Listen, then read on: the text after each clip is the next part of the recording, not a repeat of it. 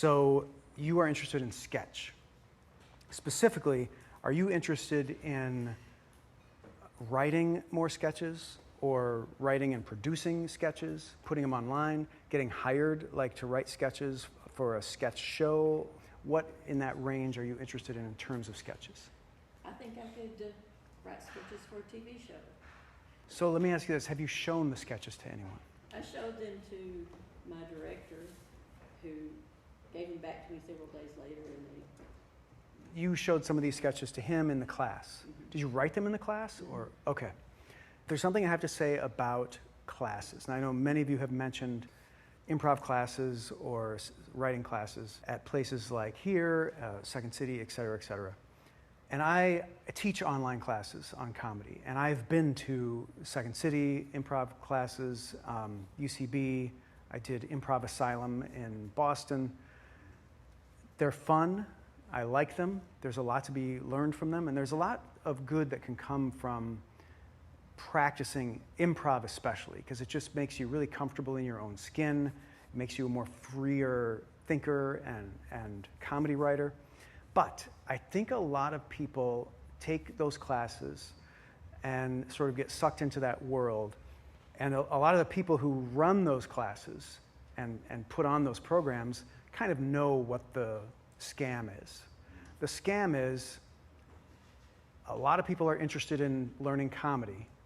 They're never going to do it seriously. They're never going to go out and try to do it in the real world. They want the comfort of a class environment. It's comfort because it's like a controlled environment, but it's also like they get some accountability. They have assignments or whatever. They have to show up. They meet other people. It's a lot of good stuff. But they know if we can hook them for 6 classes in a series, and that's how they graduate. Okay, now you've learned improv at the Second City.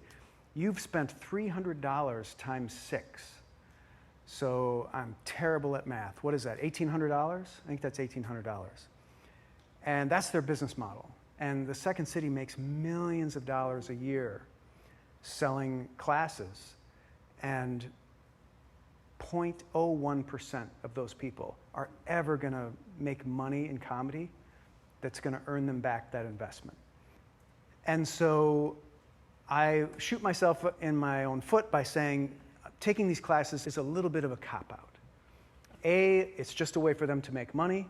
B, it's just a way for you, the student or the customer, to kind of bide your time and be in a safe environment where you're not really out in the real world testing your material.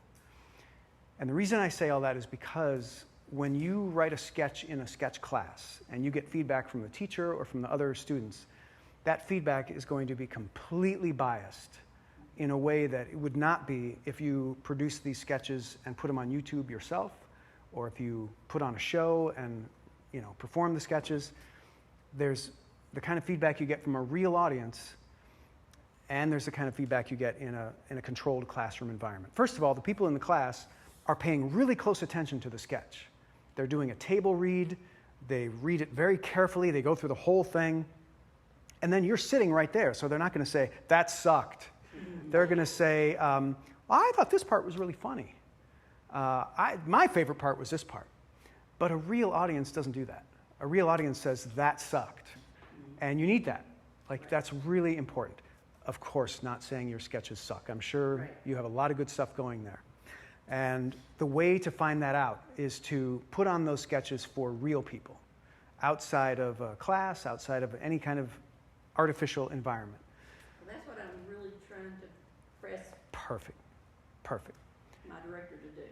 So you're trying to put on a show of the sketches. I want to be the director of sketch there. I want to be the Excellent. Okay, and so he's the director of the whole theater. He's the director of the whole theater. And you showed him the sketches, and he didn't really respond or say. I don't think he even looked at it, to be honest. Gotcha. All right. So I'm not his typical student. I'm a little up there in age.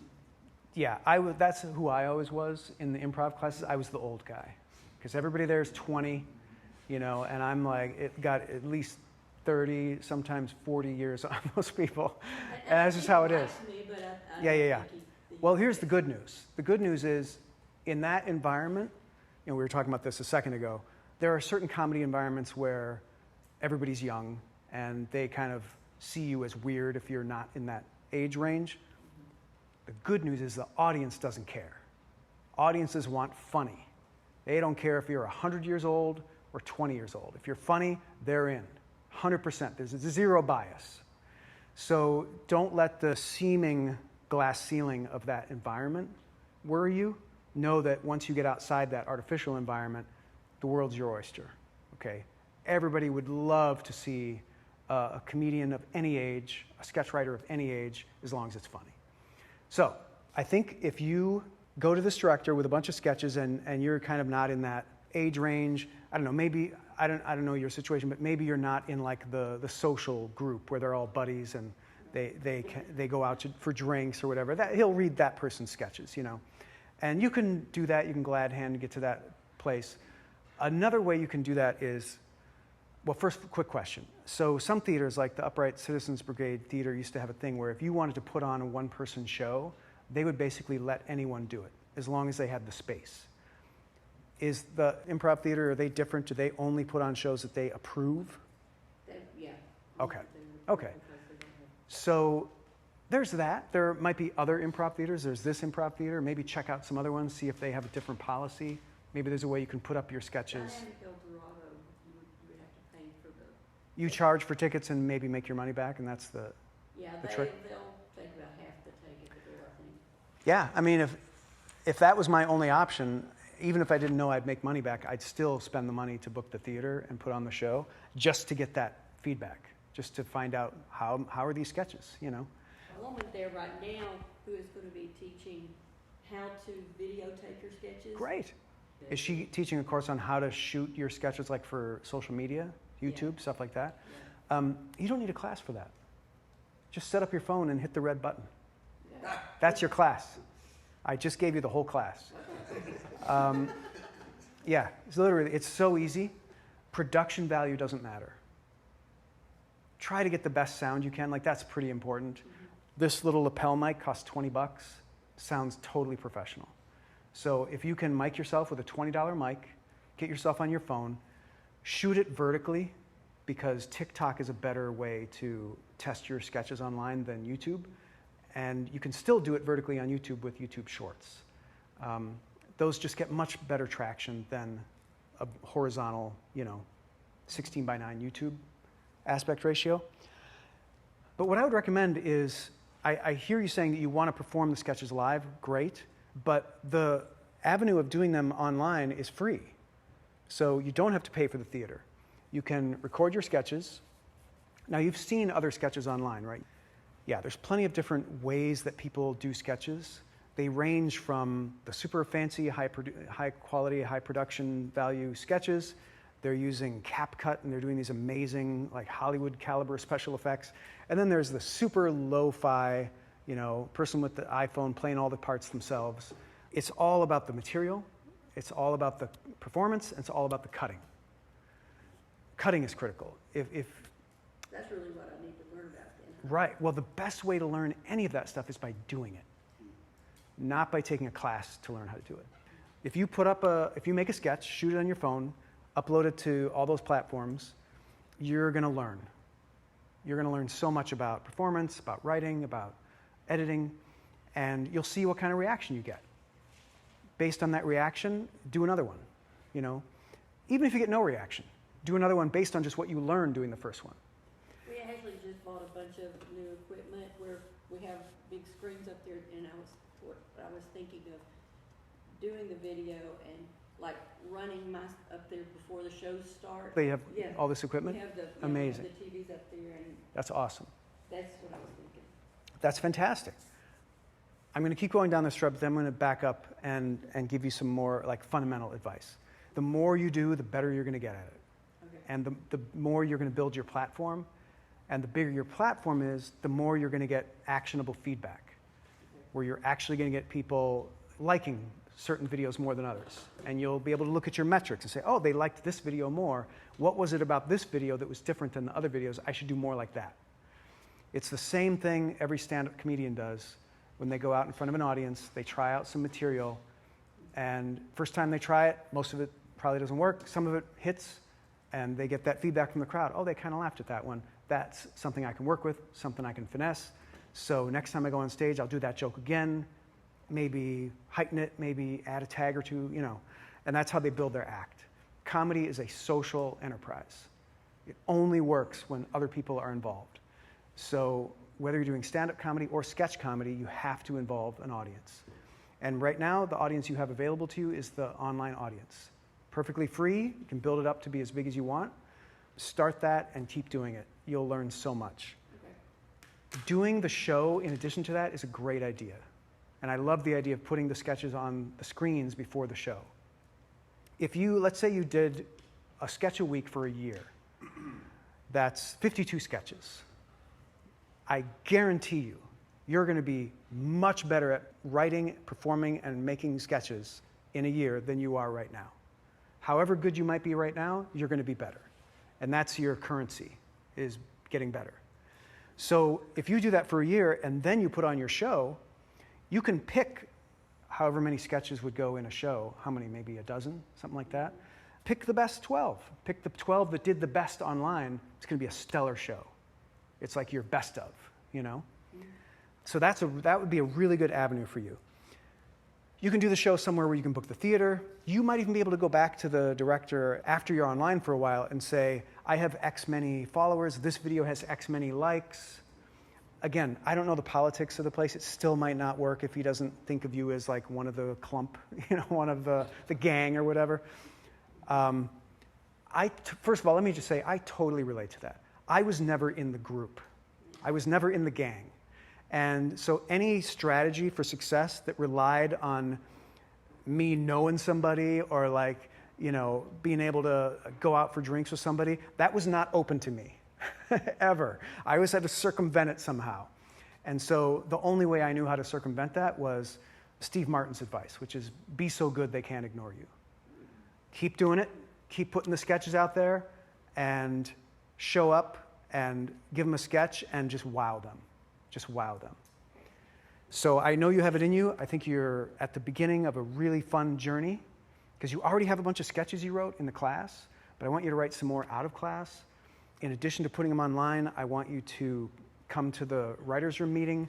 That's, by the way, there's a cost for that. It's like, what is it, Ryan? $100 a year, $80 a year, something like that? Yeah. $10 a month. If you don't want to pay that, just show up at the How to Write Funny Facebook group. That's free. And post the concepts for the sketches to get votes on those. Anybody who interacts with you and votes, gives you comments, reach out to them by direct message and say, hey, can I send you the finished sketch to get some feedback? These are all like comedy people who will give you really good, honest feedback. And they know the deal. Say that one more time. This is on your website? The How to Write Funny Facebook group is just on Facebook. I think if you just Google How to Write Funny Facebook group, it'll show up. The writer's room is on your website? The writer's room you can find on the How to Write Funny website, correct. That would be a great place for you to start. Now, I'll give you one more tip. I was going to give you some fundamental advice. Your best asset right now is your ability to make sketches and put them out there. Like nobody's stopping you. And your persistence is your best asset, like obsession. Your second best asset is the quality of the material. And it sounds like you're off to a good start. You're feeling like these are good sketches. Run with that. Learn from feedback. Keep writing more. There are more tools at the How to Write Funny website, a lot of free tools on there for amping up the laugh factor of the comedy. There's a wonderful opportunity right now to look online at all the other people who are doing sketch comedy. There's so much of it. And the type of sketch that I see the most of, I would say, is the one person doing all the parts, using a different wig, and just doing quick cutting between them and just doing that. Pretty amusing, pretty funny. Don't do that, because that's what everyone else is doing. Okay. In comedy, the commodity is what's different, what's new. So the fact that Maria Bamford did one where it wasn't her playing all the parts, it was her plus her two pugs. That's different, that's funny. Cut to a dog, it's funnier. What's funnier than a dog? What's funnier than a pug? Nothing. Look at what other people are doing, and instead of doing it the same way, parody what they're doing. Make fun of it. Mock them for that. If you can add a layer of parody to your sketches, you're adding one more funny filter.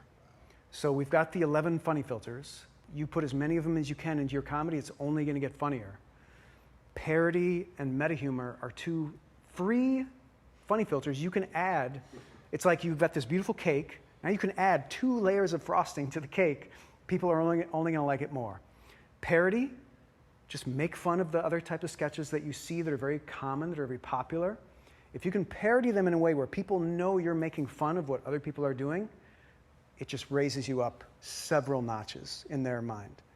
That also is a form of meta humor because you're making fun of other humor, which is one of the most powerful funny filters to use in comedy. It communicates so much confidence. And any of you who do stand-up know all about this. Confidence is so key in comedy. Instead of dogs dressed like people, we could have people dressed like dogs. Yep. You could have people dressed. Yeah, you just gave me an idea. Like, why couldn't you do a little intro before a sketch and say, I see everybody doing these sketches where they play all the parts and they just put on a different wig. I'm going to do that, but my cute dogs are going to play some of the parts. Okay, here we go. And then you do it, but when you cut to the dog, it's not a dog, it's you. Laying in a dog bed, you know, like curled up, naked with a collar on, like this. You know, like cover all the PG-rated bits and just do you as a dog. Why not? Why not? I bet you that gets some hits. I bet you that gets some hits. That's another thing. This is more in general for all of you, but you can have any kind of success you want in comedy as long as you're willing to pay the price.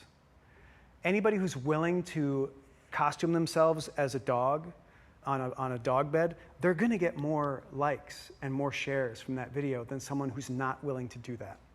So it's about, hey, what am I willing to do? How much of a fool of myself am I willing to make? Because in comedy, no one's laughing with you. That's not the game. Everyone's laughing at you. That's what they want. That's the service you're providing. Someone to laugh at. So if you're a famous comedian, top comedian in the world, Bill Burr, example, people pay to laugh at him. They say, ha ha, look at the crazy psycho. He doesn't know how to live. Ha ha. That's the game, okay? Nobody's up there getting laughed with. So it's all a matter of, like, what are you willing to do to get laughed at? And if you can play the boob, and think of it as like when you're with a child, if you're with a kid. We're all willing to play the boob to make a kid laugh. It's fun to fall over or to go, what? You know, kids love that. Why not do that for adults? They love it just the same. A secret I've learned recently, which shockingly a lot of people don't realize, maybe they do deep down, but not something they think of consciously. Everyone is a child. Every adult is a child. They just have this mask of adulthood that they wear. But they're dying to have someone pierce that mask and appeal to them as a child. Every second of their life, that's what they're dying for. They want someone to care for them and love them and talk to them like they're the most important person in the world, to be silly for them, to be a boob for them. They're dying for that. But we're all too scared to do that because we want to wear that adult mask and say, oh, no, I'm not silly, I'm an adult. And that's another thing about comedy that I've learned in my many years is that it's all about childlike play. It's about, and not just in the performance or the distribution or writing of the sketches, it's in the creation of it as well. You have to break through that adult barrier of fear when you're looking at the blank page, trying to come up with jokes. When we're kids, we loved the blank page. We all wanted to draw pictures, we wanted to write our name. It was a beautiful opportunity to do whatever we wanted. But then when we get to be adults, we're all paralyzed by this fear of, oh, what if it's not funny? What if people laugh at me? You know, got to get rid of that. Got to get rid of that. So much of comedy is about tapping into the better parts of childhood. How are you feeling about that advice? Can you run with that? Can you do something with that? Beautiful. I feel empowered. Beautiful. So glad to hear it. I was just going to add on. Yeah, please. You know, anytime someone say, I had this great idea, and he'd like, well, go write it. And he said 95% of people would never come back because they're not going to write. Couldn't do it. Right. You've got the hard part down. Exactly. You've already got that part down. Yeah. Right? So now it's just figuring out how to execute it. Exactly. Yeah. So you're just starting out. Yeah. And you mentioned stand-up and sketch as two areas that you are most interested in pursuing. Correct. So we've talked a lot about sketch. A lot of the same advice would apply to you. Start making sketches. Start putting them online. Make them different. Make them different than what everybody else is doing. If you don't want to perform, you can animate them. Animated sketches do great in those platforms. And it's so cheap. There's so many online tools that are free where you can use like cheap or... And it's really important that it be lo-fi. Good animation, well, in general, good production value is not funny. Bad production value is hilarious. So South Park really capitalized on that, you know. They got that show. Do you guys know how they got that show, by the way? Anybody know that story? Trey Parker and Matt Stone made a holiday card. They were kind of in the business.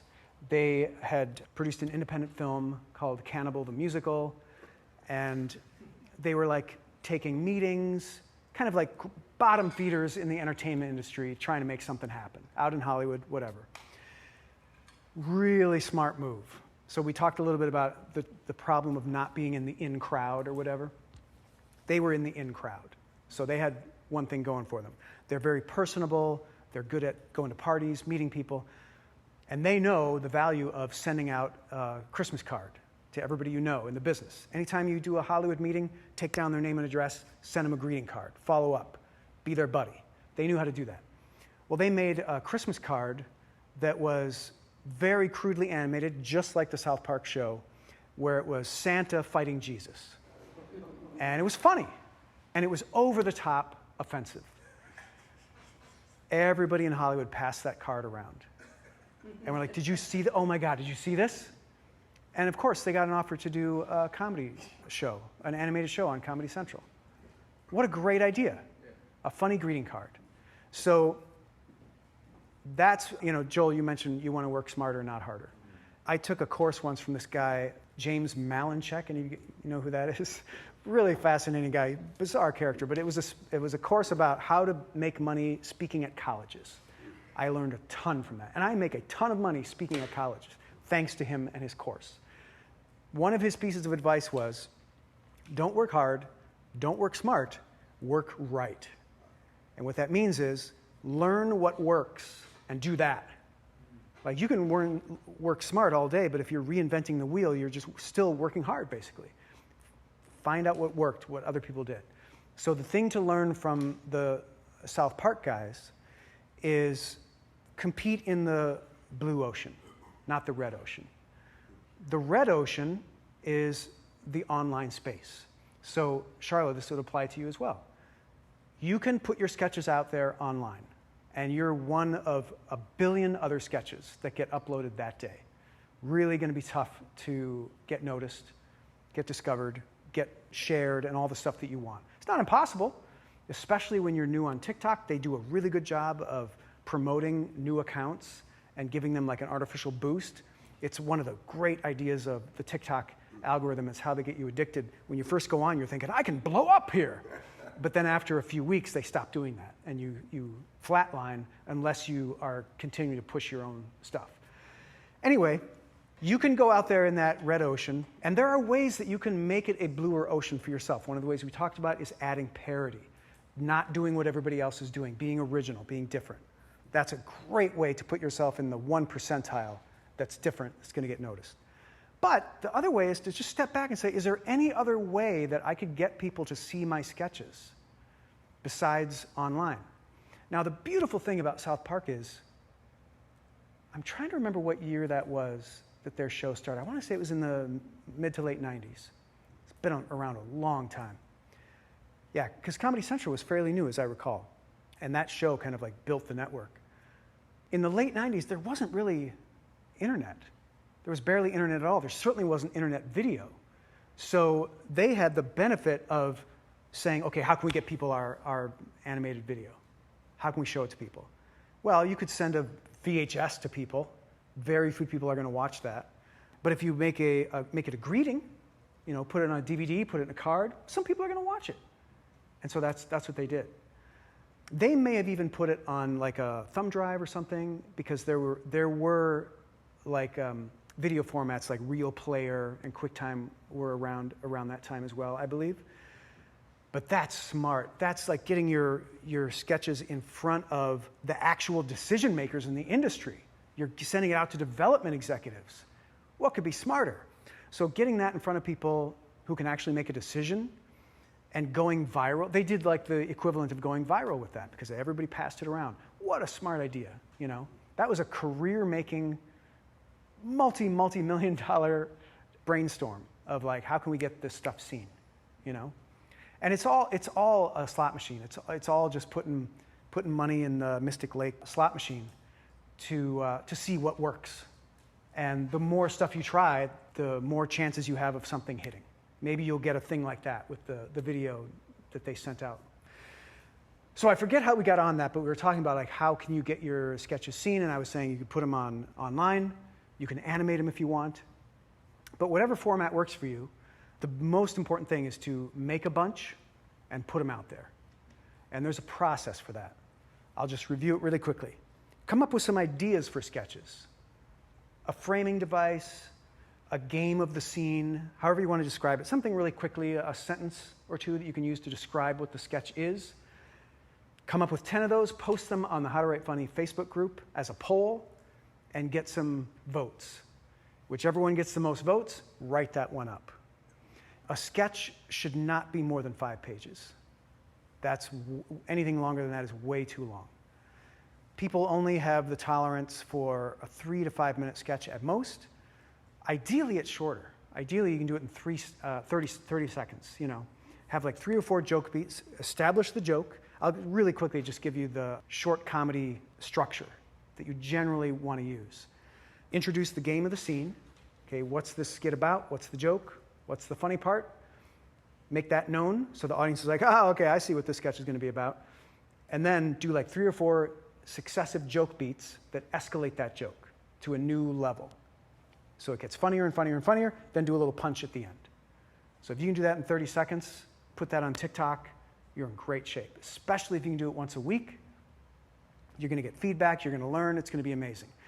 If you do that, you're still going to be in kind of the top percentile of people on TikTok. Very few people are doing that consistently.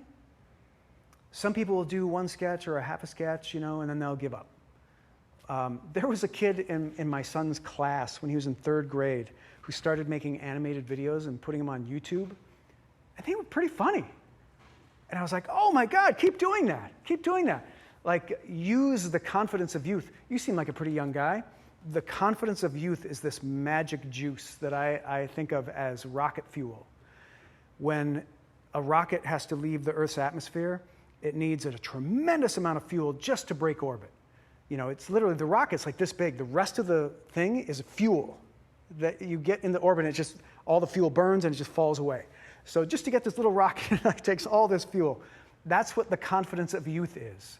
And it's one of the reasons why older people, I'm sorry to say, for some of us who are past our 20s, that's why fewer older people succeed in comedy, because we don't have that rocket fuel anymore. Now, we can still artificially gender it up, like there's nothing stopping us, but it generally recedes, and the stuff of youth is pure. It's like, nobody can stop me, I'm doing this, you know?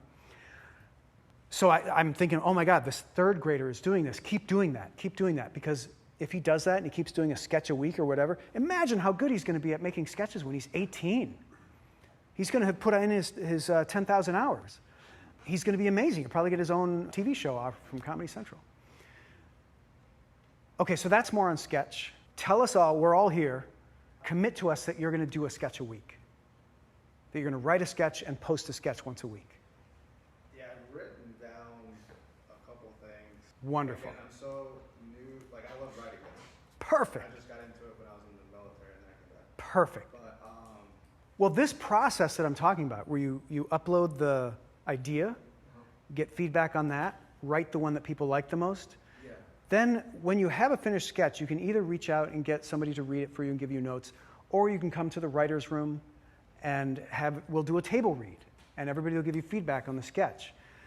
That process is how you learn how to write sketches. It seems easy. It's 3 to 5 pages, you know? Game of the scene, joke beat, joke beat, joke beat, end. But it's really hard to execute. You know, even on SNL, those are the top sketch writers in the industry. even sometimes those sketches don't work because it's really hard to do that well. So the more you do it, the better you get at it. That's why doing it weekly is super critical. And showing up at the writer's room, getting feedback, having that process be your regular process. I guarantee you, if you do a sketch a week using that process, a year from now, you're going to be an ace at writing sketches. You could probably get a job on SNL with your sketches. Because out of your 52 sketches, I bet you there's 3 of them that would look great in a packet. You make the age cut, they'll hire you. Yeah. And it's good that you were in the military because you have discipline. So you can do this. That's great. Let's talk briefly about stand-up. So have you gone on stage at all? No. Okay. I think I've been like to a couple open mic nights and never signed up. Great. A couple open mic nights is great start. I had a similar experience. This is about 12 years ago now. A famous comedian friend of mine said, "I want you to open for me." And I'm like, "Dude, I don't do comedy. I don't have any material." And he said, "Well, you better get some." Because he was recording a stand-up special, and he wanted me to open for him. And I know why, because you don't want somebody good to open for you. You want somebody who sucks to open for you. And I went on a crash course to learn stand-up comedy in like 3 months. And I got myself 15 minutes of what I thought was pretty decent material. And I went out. He had all the cameras there, and he had a big audience. And so I got great video of me doing stand-up. And it's not bad. You know, it's pretty good. But I got myself a mentor. I got myself like a coach, which is a really important thing to have. There's a guy at the end of your row right now who is a spectacular stand-up comedy coach. So maybe you guys can talk. So my coach was a guy named Tim Clue, who is a veteran stand-up comic in Chicago. That's where I was living at the time. And he would do mostly speaking gigs. He would go out and do emceeing or corporate gigs, and that's how he made his living. Zanies, the comedy club in Chicago, would often call him to do headliners for like 3 nights in a row, and he'd make like $3,000. And so he'd do that once a month. He'd do a couple speeches. He's living the high life. He doesn't want to be famous. He doesn't want to go on the talk shows. He doesn't want to leave Chicago. He's like born and bred in Chicago. This is what he wants to do.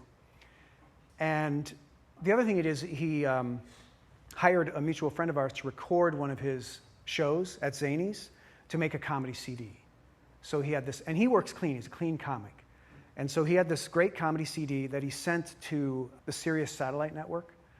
And occasionally they'll play one of the clips. Sounds like just a professional comedy album because he got a guy to do it professionally. I think he paid him like $200 to record his CD. And so he gets a check from Sirius Satellite Network for a few $1,000s every year, just royalties for them playing clips from his CD.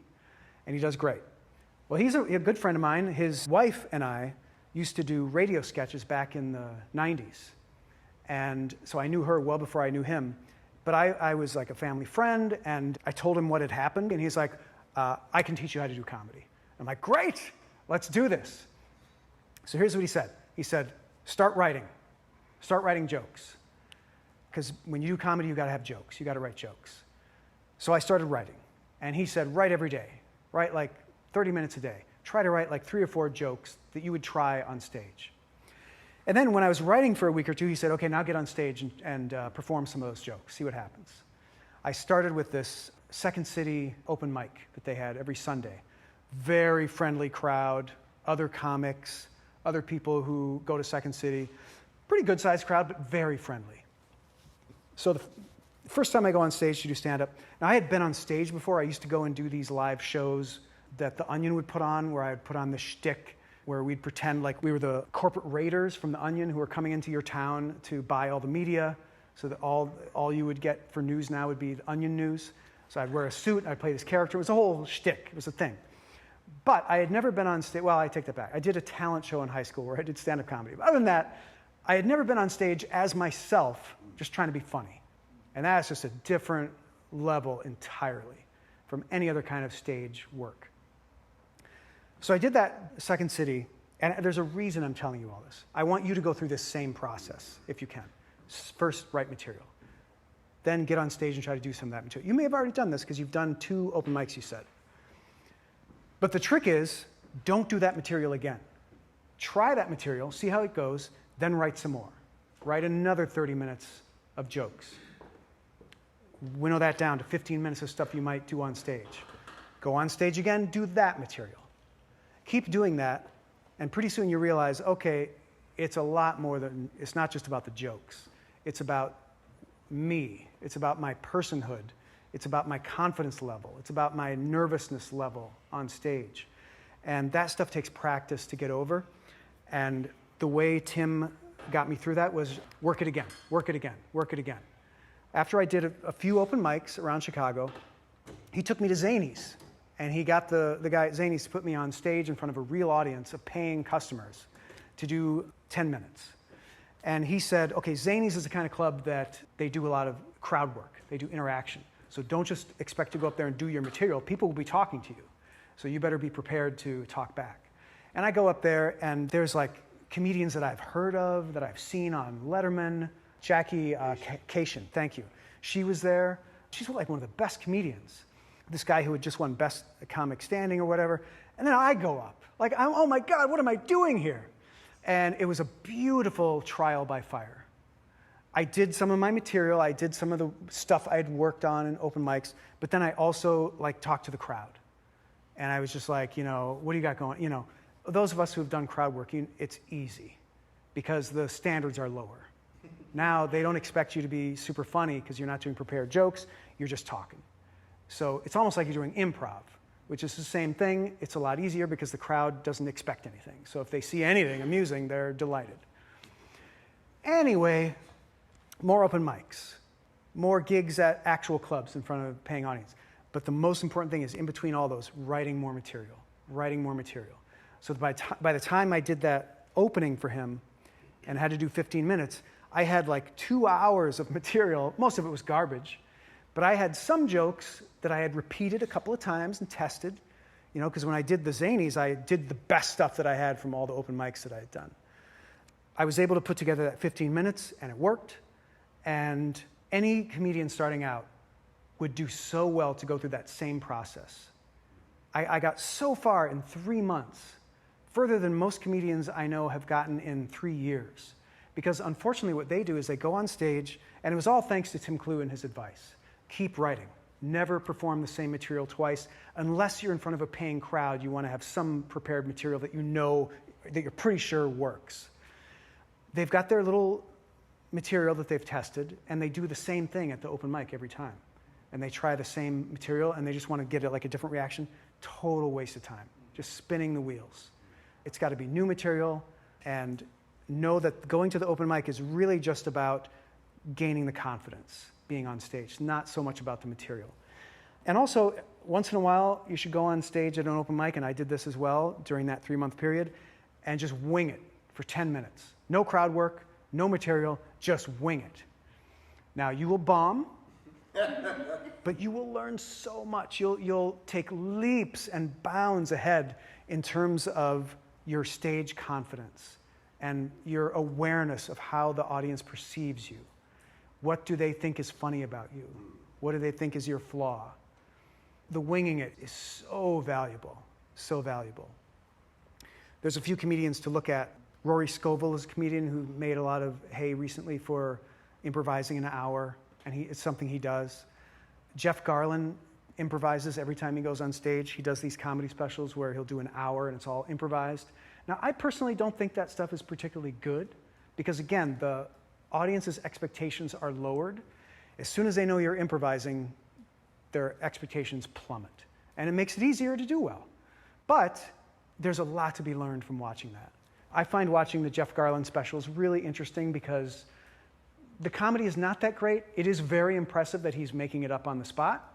And it is definitely something you have to account for, that the audience is being easy on him. But it's inspiring to watch. Because you look at that and you're like, I could do that. Just go up and start talking. Why not? The worst that could happen is you bomb, and bombing is good. Bombing is information. So there's a little bit about sketch, a little bit about stand-up. There's so many people that we see shooting it to the top really quick. I always am really interested in those people. Dane Cook was one of those people. Became a stand-up and just was huge, selling out stadiums. Like, do you remember how long that was? Like 2 or 3 years after he got started. It was crazy. And Matt Rife is another guy who had a viral video on TikTok, like literally viral, millions of views for this one video, built an entire platform. And I think he was about 6 years into comedy, but it was the typical 6 years. So he wasn't ready for like specials and stadiums and whatever, but he had the platform for it. So now he's doing it, And those people get a lot of hate. But I say, God bless him. God bless him. We all want that success. That's probably why people hate him. Like, how can you hate somebody who has a platform, who has fans, who love them? You may not like their comedy, but they're doing great. I don't like everybody's comedy. It doesn't mean they're not doing amazing. For me, it's like, if you have fans, if you have a platform, if you have people who pay to come and see you, you're winning. I don't care how many people don't like you or wouldn't pay to come see you, fuck them, basically is my attitude. They're not your audience. They don't matter.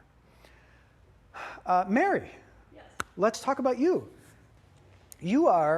I'm going to brazenly go out on a limb and say that you are a funny person.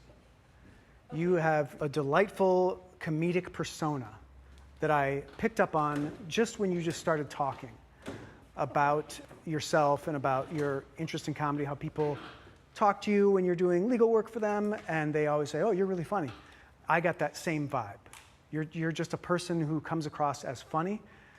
You have such a leg up on all of us who do not fall into that category. Many of us grew up, no one ever told us we were funny. No one ever told us, hey, you could do comedy for a living. They're probably thinking the opposite. What are you doing? Why are you doing this? And we fight against that to achieve success in comedy anyway. You have a slightly easier path, but don't let that be a crutch. Anytime something is easy for us, we tend not to do as well in it. When something's a challenge, we work really hard, we really earn the success, and it's much more fulfilling. So I'm excited for you to do some work. Let me first ask you this. You don't want to quit your day job as a lawyer, correct? Yeah, not at this, well, I would love to quit my day job as a lawyer, but. Eventually. But, yeah, but not necessarily like in favor of something else. I just would love to quit my day job as a lawyer. Understood. But. See, that's what I mean. You crack jokes just when you're talking. That's fantastic. Oh, thanks. Yeah. But you want to do some comedy on the side while being a lawyer, is what you're interested in doing right now. Not at the moment, yeah. And I write a lot of stuff too, just Great. because I just do. Like comedy stuff? Yeah, just like funny stuff. And What I'm really curious about that, because we talked a lot about sketch, we've talked a lot about stand-up. We haven't talked at all about like article writing, prose writing, book writing. What kind of writing are you doing? I write, like, I don't know. I mean, if I just like a subject comes up that I just think is absurd, I'll just kind of like write a little article about it that, sometimes I'll share it with somebody, sometimes I'll just put it in with my other little articles that I've written about shit. Fantastic. Keep for myself. You're already doing the hard part. Most people don't show up and do that work and do the writing. The fact that you're doing it is amazing. I would strongly encourage you to send some of that writing out. There are plenty of publications that run funny, silly essays, rants, etc. One of the best publications for that is the American Bystander. They actually pay pretty well for comedy. And because you're here and I've met you and we've taken this workshop, I would be delighted to put in a good word for you there. Yeah, it's a great place. They run articles by a lot of professional comedians, comedy writers, people you've heard of, but they're delighted to publish an article from an unknown if they think it's funny. And it really doesn't matter. So I'm glad you've saved those. I don't know if any of them are evergreen or if they're time specific or whatever, but keep doing that and get those out there.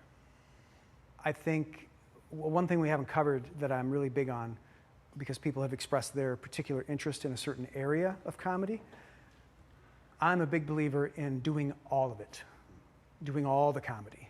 So if you focus on stand-up and you want to do stand-up, I strongly advise you to also write comedy articles, also write sketches, also produce, direct, perform, do radio plays, do anything and everything you can think of, draw cartoons.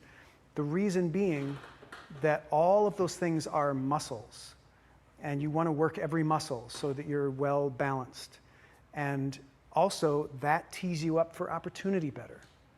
Because when an opportunity comes in a certain area, you're going to want to have some experience in that area so you are poised to accept and seize and do amazing with that opportunity.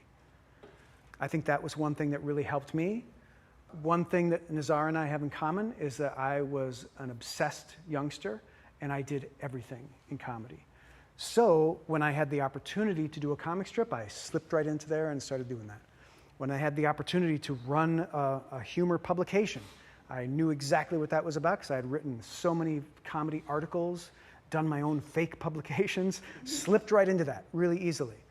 When I had the opportunity to do voice acting, I had been making little radio sketches my whole life. I slipped right into that, knew just what to do, knew how to make a voice demo tape, knew how to get the work, knew how to ace the performance. Had I not been doing all that, had I just been, let's say, performing stand-up, none of those other opportunities would have happened. And so I wouldn't have built a career. Now, I'm talking myself up here, but I actually made a big mistake in that I didn't do stand-up.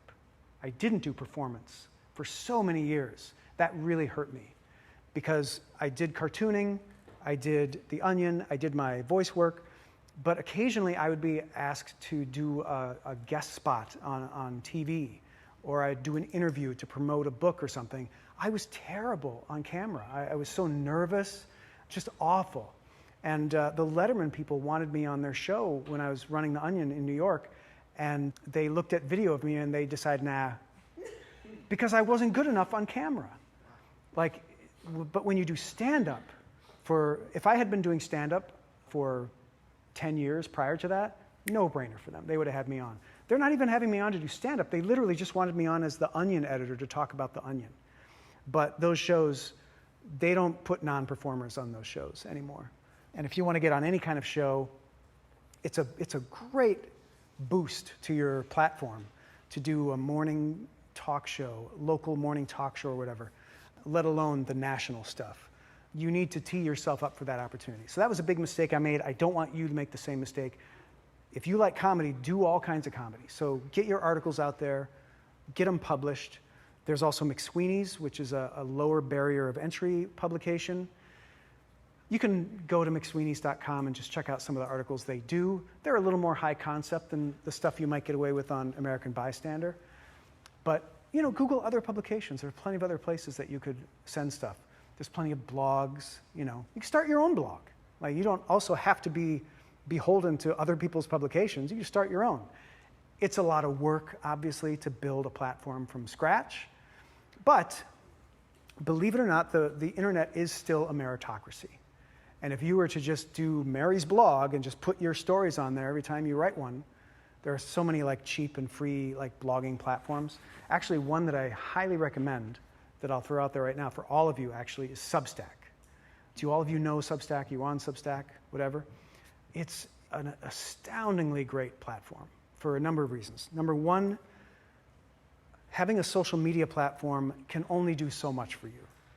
Those people who might follow you on Instagram or Facebook or whatever, they're not really that engaged. They might not even see your stuff because the algorithm might not feed it to them on that day or whatever. And also, you don't own them. If Facebook shuts down your profile, you lose them all overnight, and there's nothing you can do about it. Same with Instagram, Twitter, all that stuff. I have friends who have millions of Facebook followers, Twitter followers, Instagram followers, just enormous platforms. And they're scared, number one, of getting their platform pulled, because then they got nobody. Number two, they're scared of their stuff not getting seen. Like, they'll put something out there, and it'll get like 6,000 likes. They got like 6 million followers. How is that possible? That's like 1.1%, right? Something crazy. It's hard to monetize or leverage that type of platform, but it's good to have on paper. The best platform is one that you own, and that's what Substack gives you, because you can build an email list from scratch. For example, let's say you started Mary's blog and you posted one of these funny essays, and you had a little link on there saying, sign up for my newsletter, where people sign up, they give you their email, and then every week you send them one of these articles. I knew a guy who did that back in the 90s. He was a big fan of The Onion. He was a friend of a friend, and he started doing his own Onion article every day, and he would email it to his friends. And he would say, hey, tell your friends. They can sign up to my list, and I'll send them an article. In the space of 5 or 10 years, he had like 1 million email subscribers. And he leveraged that into a Twitter following that got to be like 2-3 million people on Twitter. He then leveraged that to become the humor editor of The New Yorker. They hired him, and he runs the New Yorker humor section. His name is Andy Borowitz. He does a thing called the Borowitz Report. And he's a good friend of mine. We befriended each other after he got famous. And I almost hired him at The Onion right when The New Yorker was hiring him. Because he was doing these fake Onion articles for so long, and they got to be so good because he kept doing them. You know, my advice is keep doing it. You'll get better and better and better. He got to the point where it's like we would come up with these Onion articles, and I would have to check the Borowitz Report website to make sure he didn't already do that idea, because his headlines were getting funny and his articles were getting funnier. So we can all have that success. And the great thing about Substack is they do all the work for you. They build the email list for you, and you own it. They take a tiny cut. They take like 10% of any revenue that you might get. And Substack allows you to monetize the email list far better than you can on, let's say, MailChimp or one of these other platforms where you can build an email list. It's very difficult to monetize that unless you're constantly selling to the list. Blasting out these emails saying, hey, buy my new book, it came out, or whatever. That can get annoying, and you kind of have to have the right ratio of content versus sales when you have a list. Substack really makes that easy. You can post content. And so I started doing Substack. I do a post every day. And it's just inspirational, motivational story about kind of the stuff we're talking about here today, like how to succeed doing any kind of creative work. And I do it for free every day. Anyone can sign up. But if you pay for an annual subscription, you get access to archives. You get this weekly accountability email that you can interact with me on, where I post my work for the week, and you get to see it. And then you post your work for the week, and then we keep each other accountable. Really a great way to keep people on task with their goals. And I have bonuses like you win a course and other stuff. And so that's working out great for me. I've been doing it for like a year, and my subscribers keep going up. Like, I'm not famous. I'm not Michael Moore, who does great on Substack. But you can make like thousands of dollars a month on Substack just posting for free and then having people have the option of opting in to a paid subscription. So for your funny essays, I don't know how often you write those, but if you write one a week, that's a pretty standard frequency on Substack for somebody to write a funny article. You could do like every third or fourth article is subscribers only or whatever, and then you could charge people to subscribe. You're doing great. You're doing great. So that's the article writing advice I would give you. Keep writing them, get them out there, put them on your own platform, put them on somebody else's platform where they can pay you for that. You can do both. You certainly do both. And then here's my third tier of advice for you. Plan a book. A book collection of those essays would be amazing for you. Why not? There's no barrier to entry. You can upload a book to Amazon today, and it's for sale tonight. No barrier to entry. And I do recommend Amazon. There are many other platforms you can use. There's Draft to Digital. There's, I can't remember the name of there's another one, Findaway Voices. They do audiobooks, but they also do books and stuff. You got to go with Amazon. There's a reason they're a monopoly. They pay authors a 70% royalty on books. That is 10 times what you get from a traditional publisher, were you to publish a book through a traditional publisher. Now, chances are you're not going to sell any copies of the book because there's 1 billion books on Amazon, and how is anyone going to find yours? But that's where these things coordinate. You've got your blog, you've got your articles that you sell to publications where at the end they say, hey, follow Mary on social media or whatever. You're going to build a platform and an email list, let's say through Substack, where now you can tell everybody, hey, my book is for sale on Amazon. A certain percentage of those people will buy it. You can even incentivize them to buy it by saying, hey, I'll give you like a couple of free articles that didn't make the book. If you buy the book, I'll put it on sale That's the other great thing about Amazon. You control the price. So you can make the ebook as low as 99 cents. You can tell all your followers, you can tell them, hey, buy my book for 99 cents. It's available for that price for like a week. But I'm asking you in return, write a review of my book. Because on Amazon, you need reviews to get anywhere. And when Amazon sees that your book is getting reviews and people are buying it, that really helps the algorithm push it. So if you keep promoting it and keep pushing it, you're going to do pretty good on Amazon. You're going to do pretty good. And do an audiobook. That's also total no barrier to entry. It's free. Well, get a $20 microphone, record it yourself, upload it to acx.com. That's where all the audiobooks that are independently produced are uploaded to Amazon. Or you can go to acx.com and find a producing partner who will find a professional voice actor, a professional producer, and then you share the profits with them. I don't recommend that because you end up like losing too much of the cut or whatever. It's really easy to do it yourself, and you get so much more of the profit. It's really worth it to do it yourself. And we're only talking about your prose comedy right now, your written comedy. We've already talked about stand-up with Roger, so you've gotten a lot of stand-up instruction, how to get started on that. Please do us all a favor and start doing stand-up. You're like one of the funny people. You need to be doing stand-up. So get yourself on stage, do stand-up, using all the best practices that I talked about with Roger. When you're doing stand-up, you're building that voice. You're establishing your comedic persona so that when you do an audiobook, that's what people are going to expect to hear. They're going to want you doing that, not some... And by the way, people can do like an AI voice for an audiobook. I don't recommend it. They don't do well, and there's a lot of platforms who won't... It's not that they won't promote it, they won't accept it on the platform because it's AI generated. Because there's so many professional voice actors who can do that work.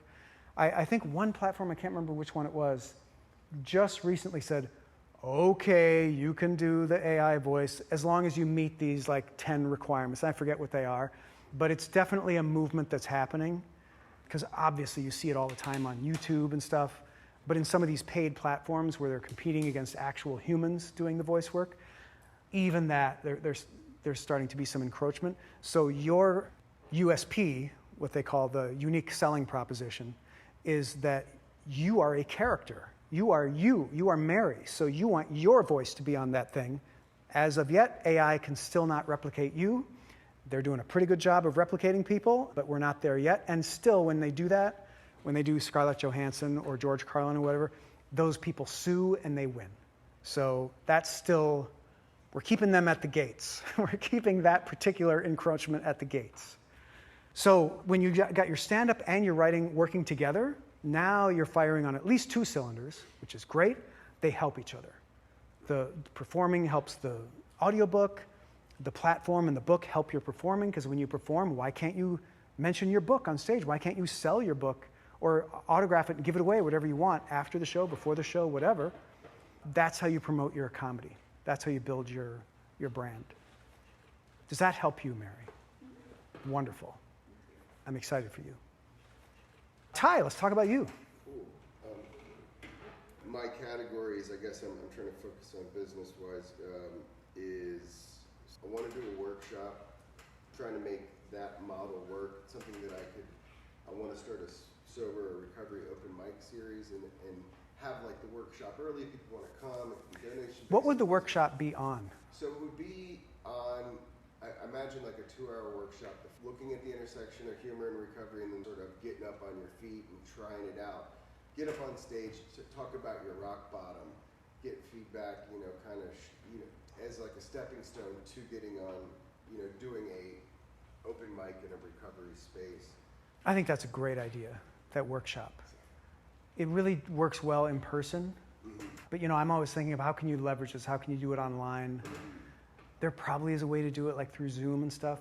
So I would highly recommend you look into, I'm trying to think of what the name, I know Kajabi is a big platform that does online courses, but there's a new platform where it's kind of like the Substack for teaching, for courses. I'm spacing on the name of it. I'm sure if you Googled it, you'd find it. It's a platform that kind of, you upload the course videos, the material, and they kind of do everything else. Coursera? What is it? Coursera? Maybe. It's like a blue app. Maybe. And there might be more than one. Like it's a thing that people are realizing is a great business to be in. Now they're going to take a cut. So look into the various competitors, use the one that takes the least amount from you. A platform that I'm switching to, right now I'm on all these insane expensive platforms. I'm moving to this new one called Content Creator Machine, where they're going to host my email and my courses and everything for $49 a month. Right now, I'm paying approximately $800 a month for all those services combined. And they charge you more the more your list grows.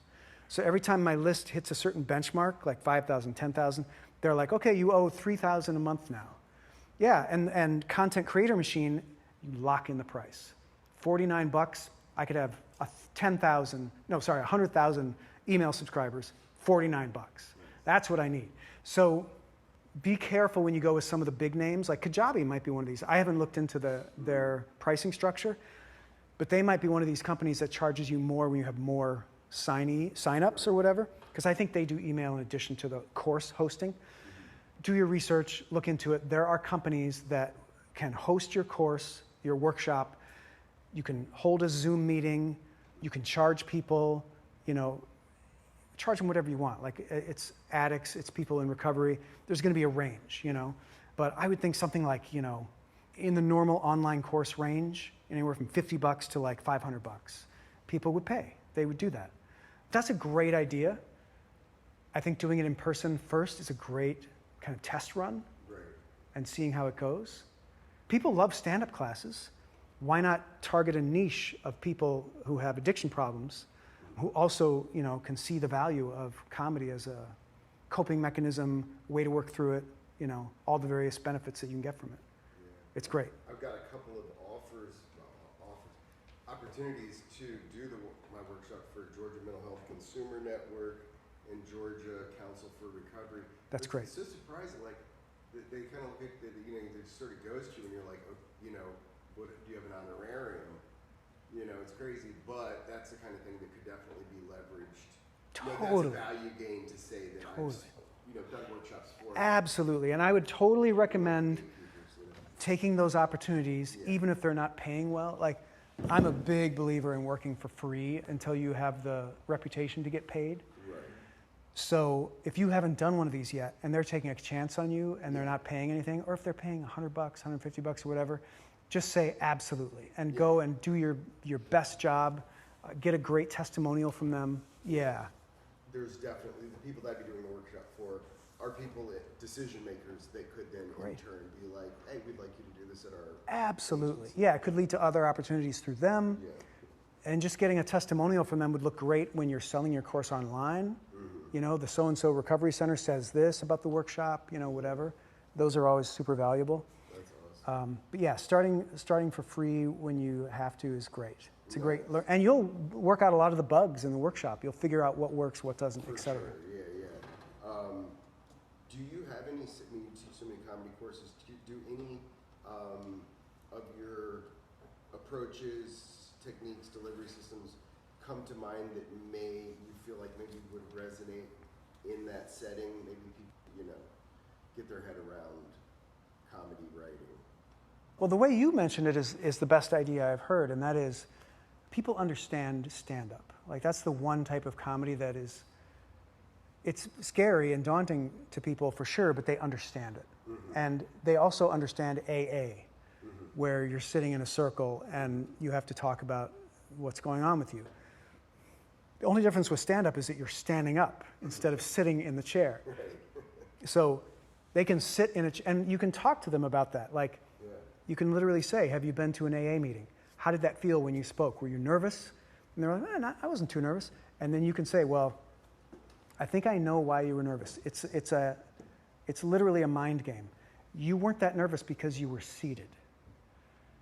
As soon as you stand up and all those other faces turn to you and you're standing in front of them, completely different experience. Now they're a stand-up comedian. And so now they're dealing with all of those that cauldron of issues that happen in your brain when you're in that context, when you're in that situation, maybe you can explain to them that that's super valuable, and you could start like seated in a circle, and you could say, now say the same thing standing, just to try it out. Give people the option. Do you want to start standing? Just jump in the lake with 2 feet, see if you swim, or do you want to start seated, and then stand up? Very similar to, you get 5 minutes to share. Yeah. So you get 5 minutes at open. Yeah. It's weird. Yeah. You can call it open mic night, you could call it stand up, or you could call it share. Literally, it depends on what you call it. Right. I love that. By the way, you call people who aren't in recovery newbies, or do you call normies? Or do you call, what would you call somebody who has never smoked a cigarette, never had an alcoholic beverage, and never had any kind of solicit drug? I mean, I'm not going to call you a square, but they might. Square! I knew there was a word for it. Square. Thank you. I don't know. So I'm promoting Sober Friendly, a monthly show, and so I understand the value of having an email list. So I've got a phone list. Great. And I've got. Now that's a good trick, the texting list. That used to be super expensive. It was hard to get. It's like $7 a month, but I don't know. It could be the time of day, the day of the week I send it, but I don't know if I'm converting anything. No, I hear what you're saying. Low conversion rates are the norm.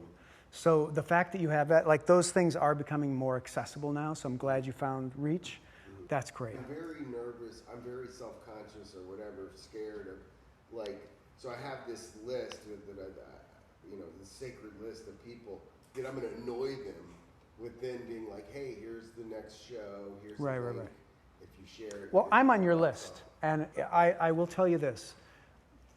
We are all on lists, and it takes a lot of work to be annoying on those lists. Okay. Most people spend a lot more time worrying about being annoying than ever getting close to being as annoying as some of the really annoying people. Okay. Some of the really annoying people will send you a text or an email every day, sometimes twice a day. Yeah. If you're emailing people even every 3 or 4 days, that is nowhere close to annoyance level. Right. And the beautiful thing is, if they are ever annoying, they can unsubscribe. Right. And you should bless them and say, it was great having you. No hard feelings.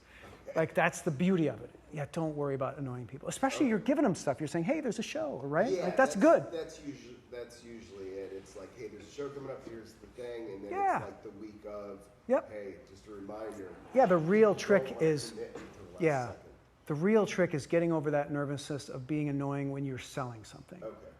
So, but as long as you're not selling something more than once a week, or if you're offering a lot of value and then at the very bottom there's a sales paragraph, you're doing fine. Nobody's ever going to be annoyed by that. And again, if they are, they unsubscribe. No Right. loss. I need to honor that. Yeah, it's totally good. The thing I called, a friend of mine had suggested, he's like, the comedies, the economy is, becoming more volatile, blah, blah, blah. You may want to consider rebranding your big annual show a comedy fest. I'd like to try to get like a Dusty Slay or something. Great. But it's just trying to find budgeting it and You need a producing partner like I need for the FunnyCon. right. You need yeah. you need a producing partner who knows how to find sponsors for something like Right. that. And then you have a budget for comedians. Yeah, and we have some community partners, and they keep me above float, so it's Great. not on me every month, which has been a blessing for sure. But I'm there's the potential of this becoming like a comedy festival of sorts. That's So great. Comics all around the country who are sober curious, and multiple backgrounds, explore. I want to, but I'm scared to maybe take next steps of what that might look like. Yeah, I mean, I would say just be really careful about only growing as large as you can manage every time. As soon as it's like with any business. As soon as you feel like you're spending more than you know you're going to make back or whatever, and I know you're wrestling with whether to make it a nonprofit or whatever, I think just a tax classification more than anything else, you can still pay yourself. There's so many nonprofits where the directors are making a fortune because their salary is just part of the expense of the nonprofit. And what they really are good at is getting grant money, to pay everybody's salary. But that's a real racket. There's a lot of people in nonprofits who are the directors are making millions of dollars. And now the thing is they have to disclose how much of their money goes toward actual services versus salaries versus marketing, whatever the case. Right. But you're an ethical guy, it's not going to be a problem for you. Just grow manageably. Right. Okay. And if you have local partners, that's great. If you can get a brand, like a national brand, to sponsor the yearly festival, it could pay your salary for the year and allow you to book comedians, And the thing I wanted to say a moment ago was, I heard that Doug Stanhope went sober. Yeah. That's incredible. Right. Talk about a 180. Do you all know Doug Stanhope? Was it? Doug Stanhope's whole shtick was that he was a drunk. Yeah.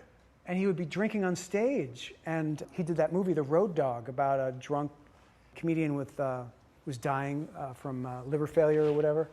And that's just amazing. But what a get he would be for the Recovery Festival. Yeah. What a spokesperson for recovery. Right. Every time a comedian would kill themselves, drink themselves to death, whatever, people would call Doug Stanhope and say, dude, how is this not you? You're literally killing yourself on stage for decades. Right. But he is so good. Like the writing of his stand-up is so top-notch. Beautiful, beautiful writing. I love he's so DIY too. It's amazing. Yeah. I love that he gives his address out. That's my favorite thing about Doug Stanhope.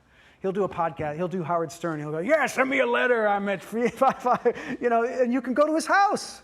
Oh, yeah. Yeah, it's just like, come to my house. People show up at his house. New Mexico, Yeah, it's Bisbee, Arizona, actually. Right, Yeah.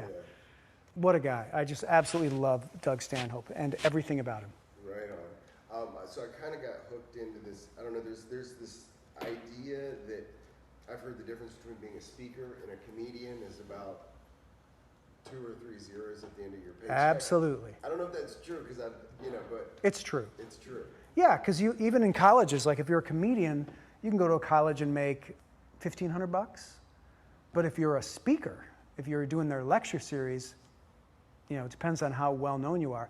I make like $10,000 to $20,000 for a speech at a college or at a corporate gig.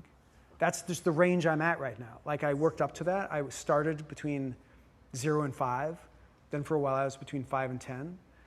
Then I was 10 to 15. Now I'm 10 to 20. It's typically we do 15 to 20, but if somebody offers me between 10 and 15, I'm not turning that down. Like that's a great payday. So I'm trying to just kind of find my audience. yeah, well, you have a great niche. You have a great audience. And, I was talking about my friend Tim Clue, who does speaking. And he has a website up like professional speaker. Again, that's because he can make like $7-8 grand for a talk. He's also a comedian, but he doesn't say on his website, I'm a comedian, because then he's only going to get $1,500 to $2 grand. And also a big company, an organization. He speaks mostly to like educational outfits. They don't want a comedian. They want a speaker. They want a motivational speaker. So he shows up and does his act and does a ton of crowd work, and he's a motivational speaker. Oh no, he does amazing. He does great. So yeah, that's all about the spin. Your niche of recovery, I don't see that working well like in the corporate world, but it would totally work for like associations and stuff like that. Nonprofit associations? Well, there's all sorts of like groups and associations that aren't corporations. Many of them are nonprofits. Some of them are just like, I don't know, like the AARP is an example of an association, like a group that might have paid membership, who knows. I've gotten invited to speak for like library groups, like in Atlanta, that's what I just did. The collections of lawyers will have, there's conferences. They invite lawyers to conferences.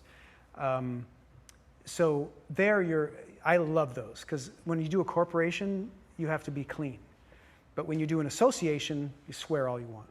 They like it. They're just adults, they're happy. But you need to put up a website, and you need to promote yourself as a speaker, and focus on that niche and say, I'm a addiction and recovery speaker or whatever. For that, you definitely need to have a sizzle reel on there so they can see you speaking, they can see you doing your magic. I just paid $5 grand for 2 sizzle reels from this company called, I'm going to space on the name. The guy's name is Chris West. He just changed the name of his company. But in order to be a speaker, And if you go to timclue.com, that comedy mentor I'm talking about, you'll see how he promotes himself. He's a speaker, and he has a great sizzle reel. You know, he knows nobody's going to book you unless you have that 3-ish minute video of you speaking on stage, several different clips, testimonials from people who have seen you speak. Now, is it a video of the person saying it, or is it just, could be the printed words? It could be either. Depends on what you have. Put the best stuff you have up there. But I didn't have one of those for the longest time, and I was getting gigs because I had this great agency, the Kepler agency, who would put me up for gigs. And they made their own reels, like of clips from me, and it was all kind of like cobbled together. I don't know how they did it. Pandemic killed their business because it was like in-person speakers. But so yeah, I just paid $5,000 for Chris West to edit these speaker reels for me. They're spectacular. They're so much better than I've ever had. And my website, scottdikkers.com, the new redesign just went up, so those speaker reels are up there now, which is going to be so valuable for me. I can't tell you how many gigs I've lost where I was in consideration or whatever. I had what's called a hold, where they consider you, so they make you hold the date, and then they never get back to you. It's like, they pick somebody else and they don't bother to tell you. But since I had these videos, and before the website was up, I was just sending them out through my manager. The number of holds I was getting like tripled, just based on the reel.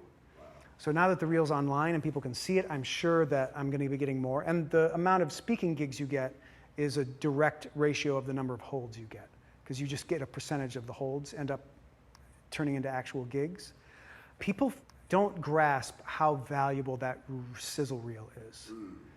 It really is an art, and that's why I paid these people the big bucks to do a good one, because you can make your own, but it's just not going to be as good as somebody who does that professionally. So when you have a website and you're promoting that niche and you've got a sizzle reel, I guarantee you're going to get gigs, like decent paid gigs.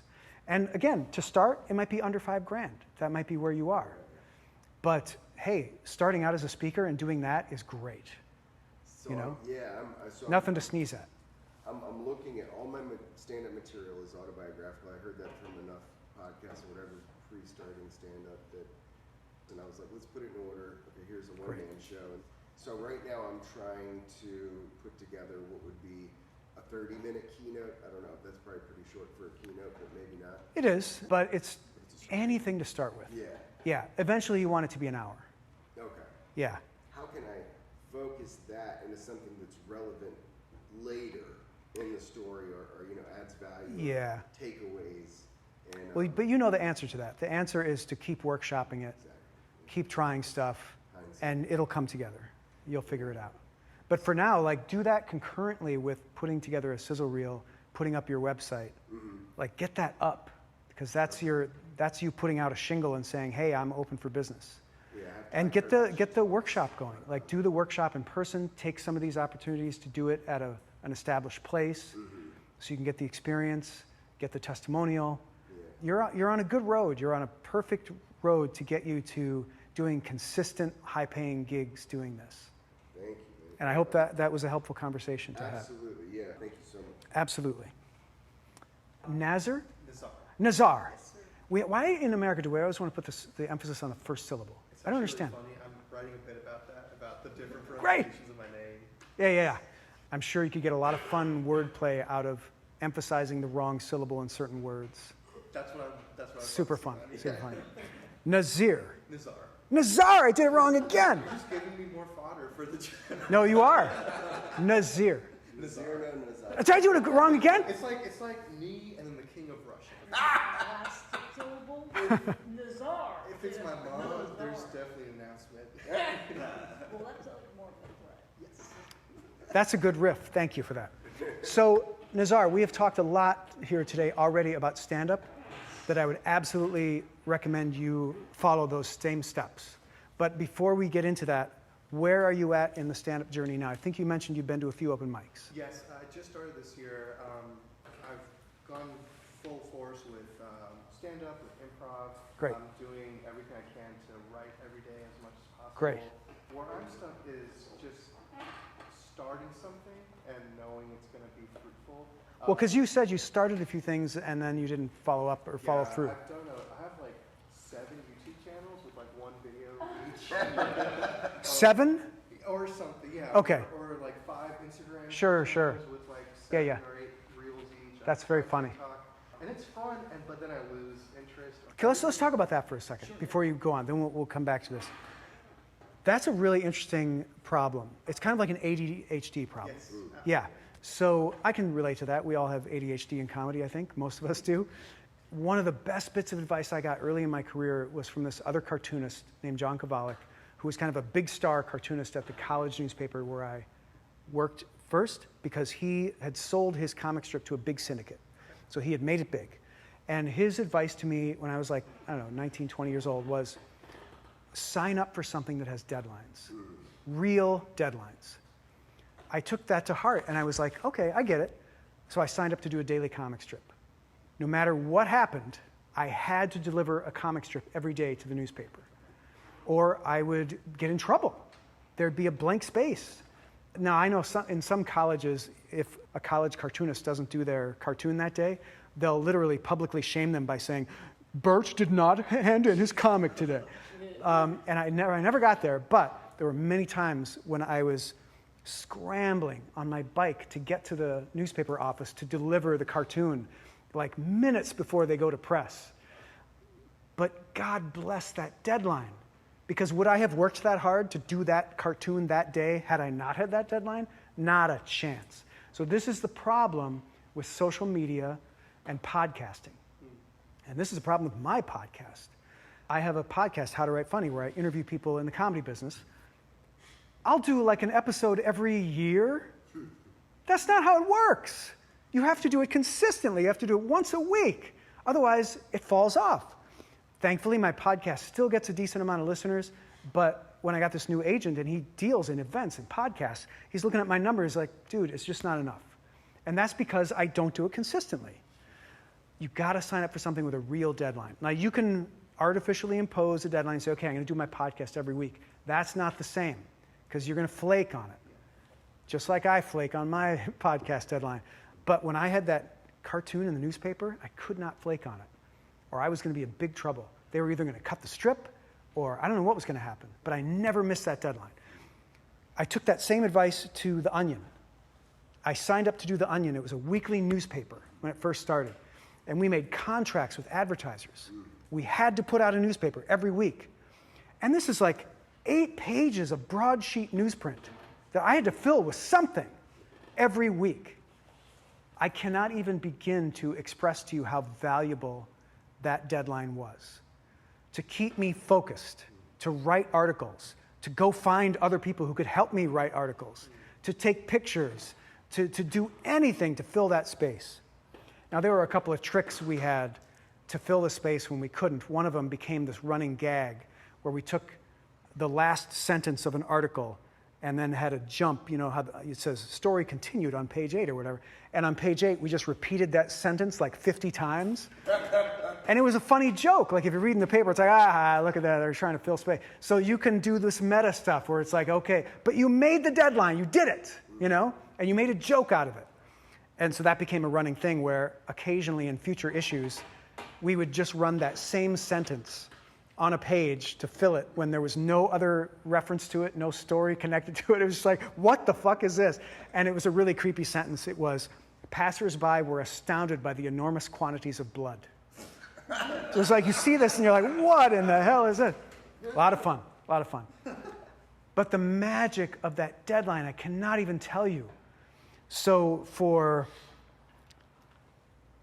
I don't know how many years, I want to say 8 years, I had a weekly deadline where I had to write, God knows how many words that is, 3,000 words every week, or I had to get help writing it.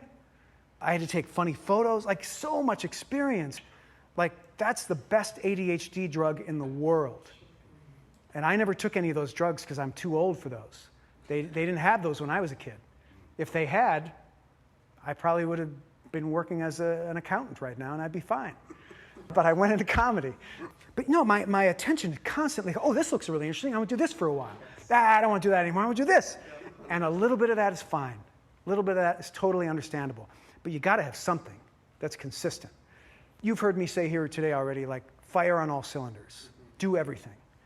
But don't kill yourself. Like if you don't think you can be consistent in everything, allow yourself to be intermittent in one or two categories.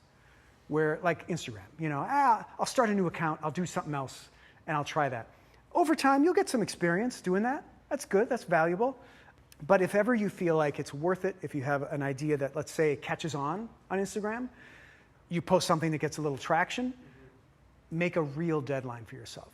Now, there's a way to artificially impose that. You can call your best friend and write that person a check for an amount of money that will seriously hurt you if they cash it. Give this trustworthy person your check and tell them, yeah, Mary will be that friend.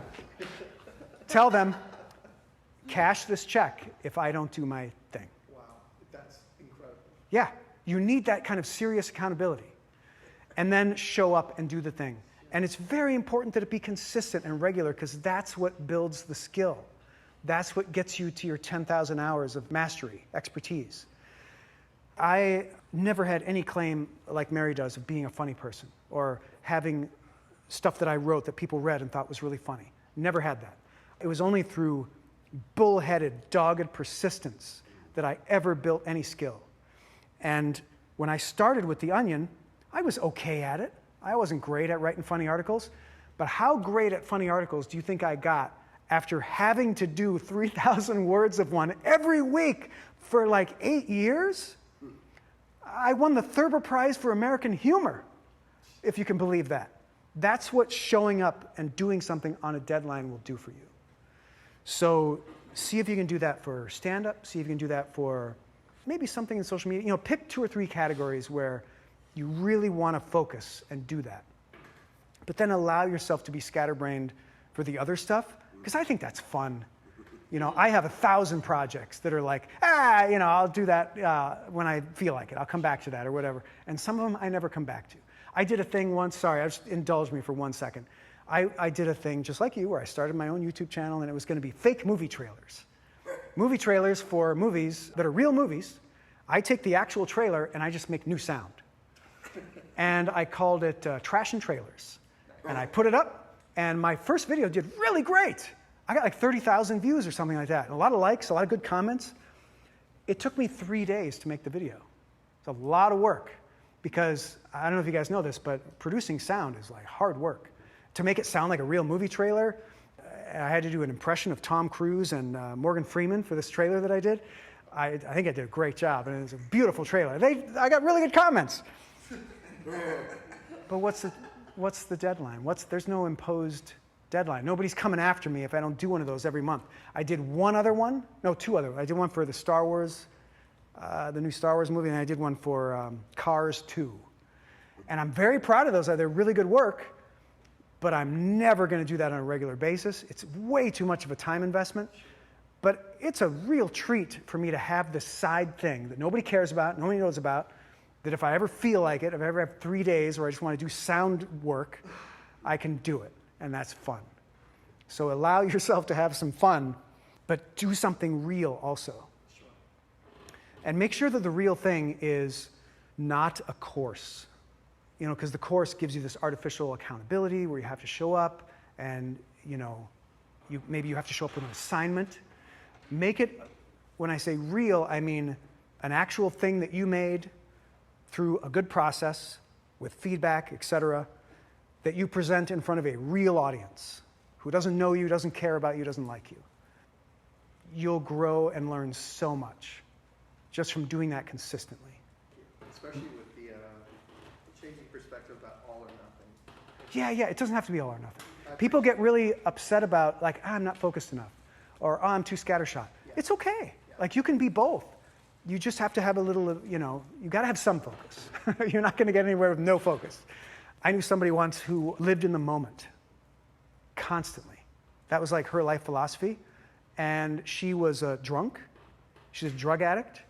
And she moved to the woods, moved to the mountains in Colorado and lived in a commune where people just sat in the hot tub all day. And I can't live like that. But there are some people who can do that. I have to have some planning. I have to have some discipline. I have to have some accountability, some deadlines, whatever. Sorry, if you'll indulge me just one more time. she took crack once, this person who lived in the moment, and told me about it. And I was like, oh, God, no. Don't do crack, because I know what's going to happen. She explained that it was the greatest high she'd ever gotten in her entire life, followed by 72 hours of the worst low she's ever experienced. Anybody here done crack? Anybody? Nice job getting over that, Ty. Nice job. Roger, congratulations. You're not still doing it. Good. Followed by 72 hours of the worst low she'd ever experienced. And all she wanted during that 72 hours was more crack. That's all she wanted. And God bless her, she got through that somehow and never did crack again. That's a happy ending to that story. Is there anything, you said you had something else on your notes that you want to talk about? It's on my horizon, but I just don't know how to get to, is starting corporate gigs. I'll just encapsulate what we've talked about because it'll be the same advice. But something that Ty already has that you need is a niche. You need a way to package yourself that people get. When I first started doing the professional corporate speaking stuff, I don't know, maybe 15 years ago, I discovered this guy who called himself the climber guy. And I'm a rock climber. Like I've climbed Devil's Tower. I've done a lot of stuff. I looked at this guy and I'm like, I've actually climbed more than him. But he's branding himself as the climber guy. And that's his niche. And he has a picture of him. Here's when we hiked to Everest Base Camp. You know, and it's all this like motivational stuff. And he goes to corporations. They eat this crap up. Just like, you know, catnip to them. You can chase your dreams. You can meet your quarterly goals in the finance department if you just follow the example of the climber guy. And so he's telling these harrowing stories about how he hiked the 30 miles to base camp, Everest Base Camp. And he might have paid somebody to get up one or two more camps or whatever. That's a bunch of bullshit. Everest? Are you kidding me? That's like total bullshit. That's a great niche. Like it doesn't even have to be something that you're super good at or have a lot of experience at. It's just what isn't anybody else really covering well. So Ty's got addiction. That's great. My thing is I'm the Onion guy. So they love the Onion. They want somebody to show up from the Onion and be funny and, you know, talk about how to build a company or how to motivate your employees or whatever. It's different, you know, depending on the type of company and what they want or whatever. But the niche is critical. You got to have that niche. And then the second and third most important things, you need the same things I told Ty. You got to have a website where it says, I am a speaker. This is my niche. And there's a ton of speaker websites you can look at. Google the climbing guy. I bet you he's still out there. I bet you he's doing great. Like that's the guy who knows how to run a business. You know, he's getting $10,000 a pop, minimum, I guarantee you, just to go and tell a couple of stories about how he paid somebody 50 grand to climb Everest one time. That's a good business model. Google some other speakers, see what they've done with their websites. You'll get a lot of good sense of like what works, what doesn't. And then number 3 is you got to have the sizzle reel. This is something I didn't talk about with Ty, but I'll tell you. When you have your niche, you think you figured out like what area you want to be talking about. And it'd be a good idea to, if you know somebody in corporate America, ask them, like, what kind of speakers do you like? What kind of speakers do you guys bring in? I know there are some categories. There's motivational. There's creativity and innovation. That's the space I'm in. So I show up and I talk about how to be creative. They love that. They just eat that up. And in colleges, it's a little different. It's similar categories, but it's also like leadership. You know, it's how to make the most of your life, how to do this and that. When I go to colleges, I just tell stories. I don't try to do anything like edifying. You know, if I do a corporate gig, that's totally different. That's like, okay, they expect you to do certain things or whatever. Once you have your niche, volunteer to do that talk. And one other super important thing you need an hour where you talk about that. So that's something you can easily find online. Some of the best corporate speakers are Arnold Schwarzenegger, Dwayne "The Rock" Johnson, Tony Robbins. But those are the famous ones. There are many, many, many who are not famous, who make a ton of money, who all have their speeches on YouTube. You can look them up and see what they talk about, and then say to yourself, well, here's my niche. How can I kind of say the same subtext using my own story, my own stuff? And come up with your hour. Then what you need to do is you need to volunteer to do that talk at a company. They might pay you, they might pay you $500, $2,000, just to, because they're probably not going to do it for free. Or you can volunteer at a local college and do it for free or for $500 or something like that. But the trick is they need to allow you to bring in a camera. And you need to pay somebody $200 to videotape you doing that. Mic yourself so you sound good. Now you can make a reel. Once you have yourself speaking in 2 or 3 different environments, and get testimonials from those people when you go and speak to the college, the corporation for free. How did you do? Did you like it? They'll say, oh, I thought you did great. Can you just write that down for me? Or could I just get you on my phone real quick saying that? You know, that goes in the sizzle reel. So get like a 3-minute sizzle reel, put that up on your website where it very clearly communicates your niche. And you will actually, if you know anything about SEO, you know, you Google this stuff, take a course, whatever, it's really not that hard. People will actually find you. Like there are a lot of people who just hang up that shingle and people find them. There's a student I have who comes to our writers' room meetings. His niche for public speaking is the Happiness Institute. And he'll come and he'll talk to you for an hour about how to be happy. And he gets like a gig or 2 a month. He's a professional speaker, top of his game. He doesn't have an agent, doesn't have a manager, and he doesn't do any marketing. He just put up his website and people find him. Yeah. So it can happen. I have often found that managers and lecture agents are critical to getting me those gigs because I'm not much of a salesman. I'm never going to make the cold calls. I'm never going to do the stuff. I need some guy doing that or some girl. I need somebody making those calls, you know? So, but once you have the shingle out and once you've done a few gigs, you have a sizzle reel, you can contact the same agencies and say, hey, here's my niche. Maybe you'd like to represent me. And then they'll represent you. And that's a good deal. Thank you. This is incredible. Thank you, Nazar. Great talking to you. Joel. Yes. How are you, sir? What are you working on, and what can we talk about? Can that be a niche? Or from corporate, is that expected? It's like we're gonna pay somebody. We're expecting to come in here. Yeah, it's the price of entry. It's not even discussed. Okay. If you even have an S-bomb in your material, you need to work that out with HR before you do the gig. So that couldn't be a niche because he excels in that. I mean, No, I know it's definitely a thing, but I don't think it's a niche for corporate gigs. Gotcha. Do 10 ideas a day. What could my niche be? What could my thing be? I'll tell you about the comedy and the comedy instruction. That's been more of an impediment to me than a help in the corporate gigs. I think I only did 1 corporate gig where I went and like taught them how to do comedy. The Second City and people like that do a lot of that corporate improv training where it's like, hey, we're going to loosen up your people, we're going to have fun or whatever. And there are comedians who do that, and you could do that where it's like a workshop and a thing. But I find it's the brands that really do well with that because people know that Second City does that. And I'm sure every big city that has improv does that.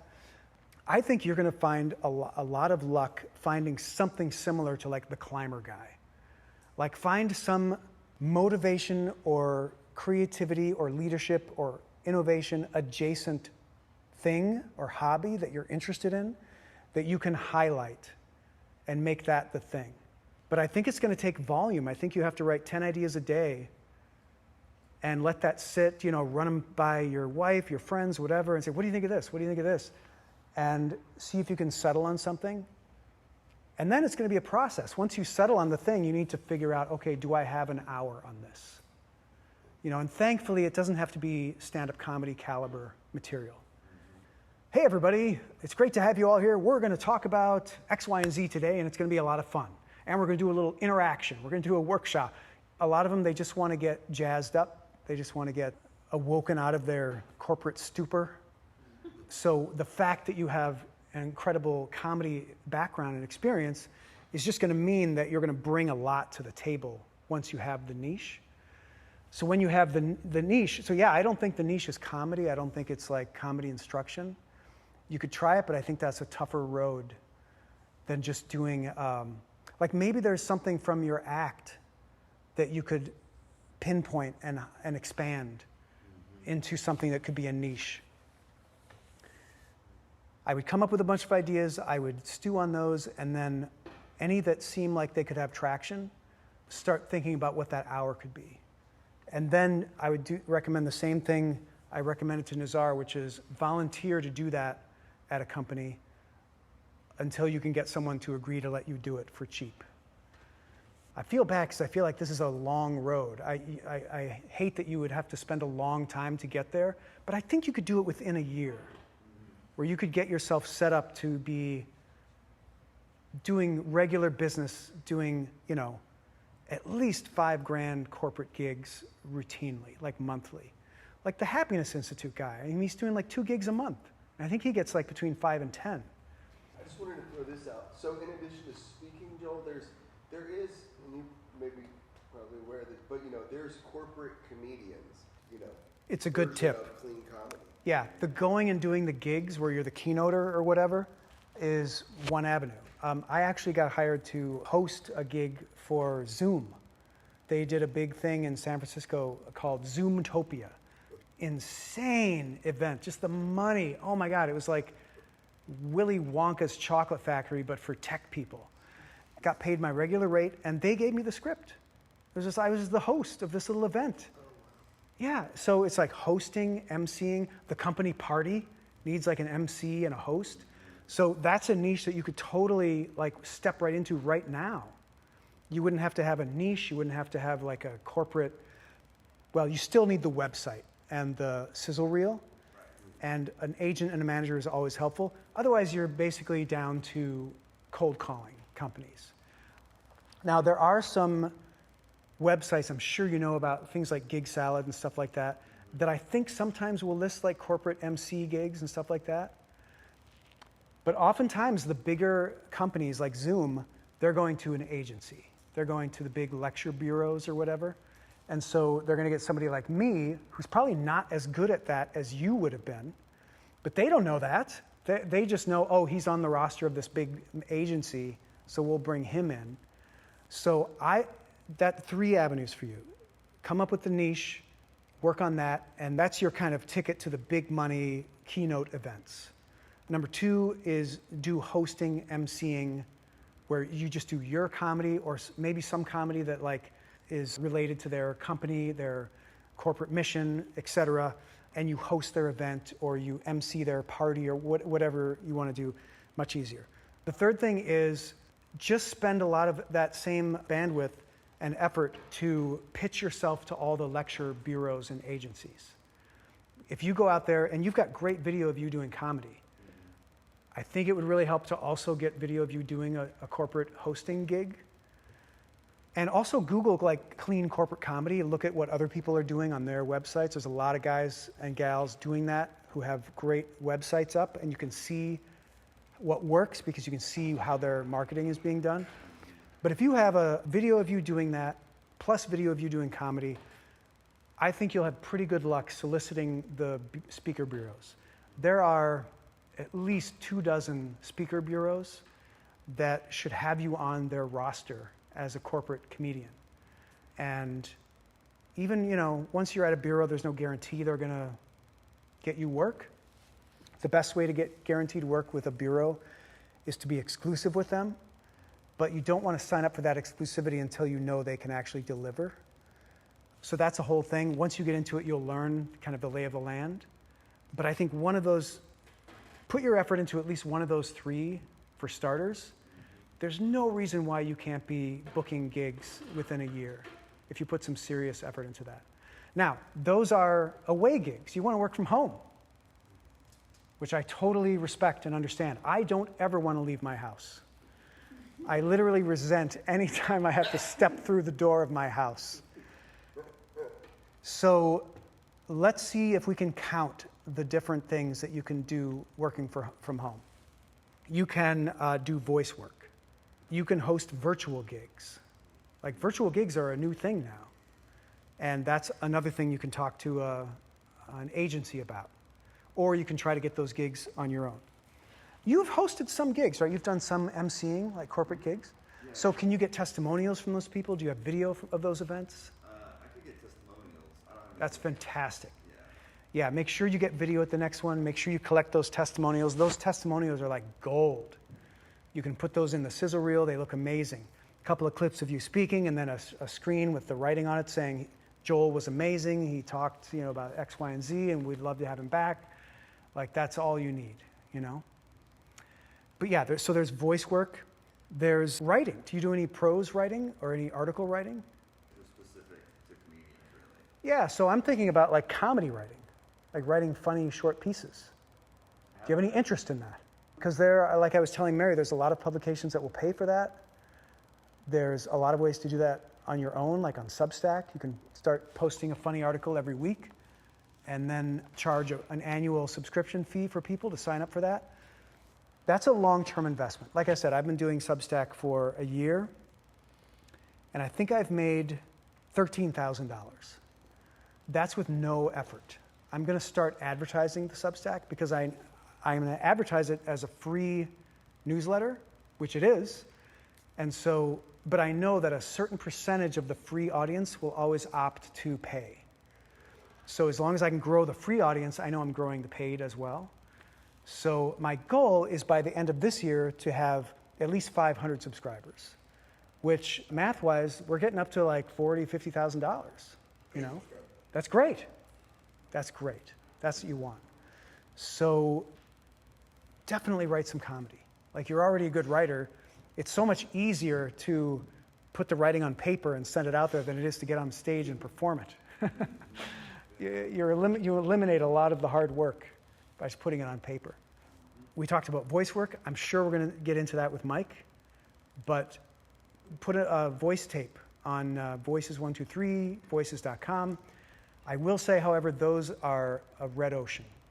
It's very difficult to get voice work on those sites because that's where everybody is. I hired a guy to do voice work for me from Fiverr. And it was so amazing because I Googled voice work on Fiverr and it was like 3 guys showed up.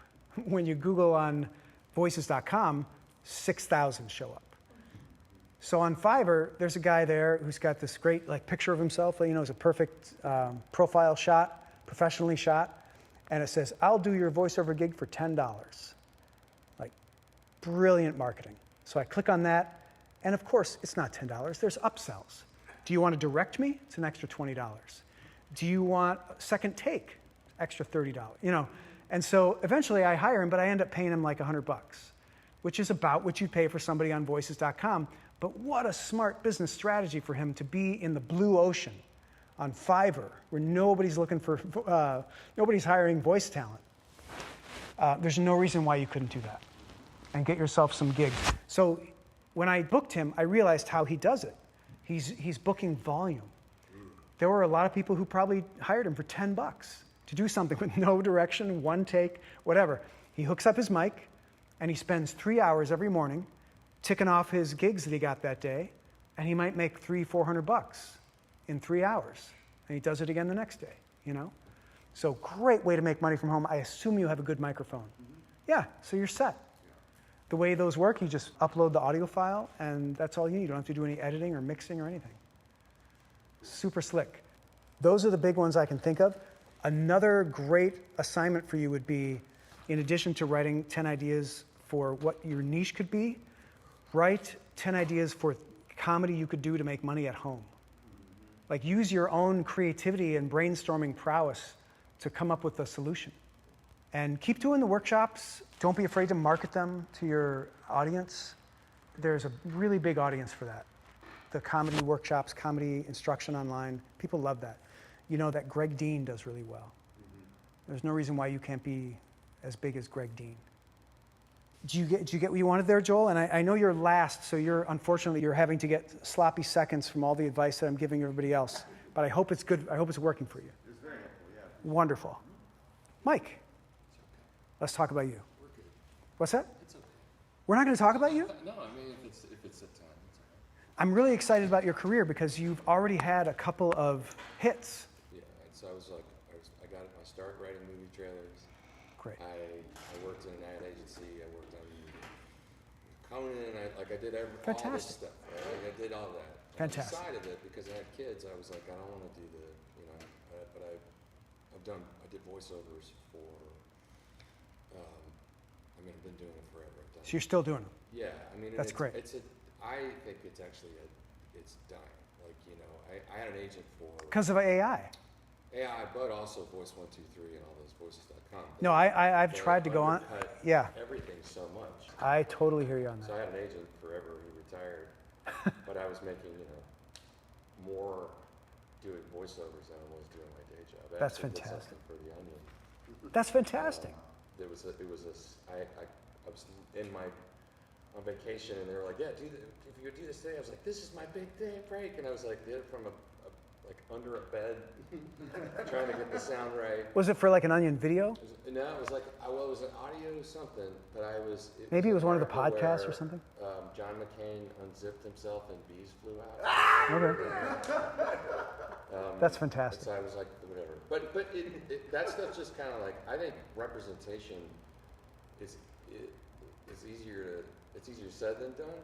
Yeah. And I think, when this guy retired, someone else bought his agency, and I went from, making like $200,000 a year to nothing. I believe it. I believe it. Yeah. And, so now, I do them, and I'll do 10 auditions, a month, whatever I get from an agent, and you don't get anything. No, I'm in a very similar boat to you, because I used to make a really good living doing voice work. And I did that without an agent. And then I got an agent, and he started sending me out on a lot of auditions in New York. And I would go to these auditions where there's other like famous actors there. Mm-hmm. I'm not going to get the part. Yeah. They're going to hire Peter Scolari.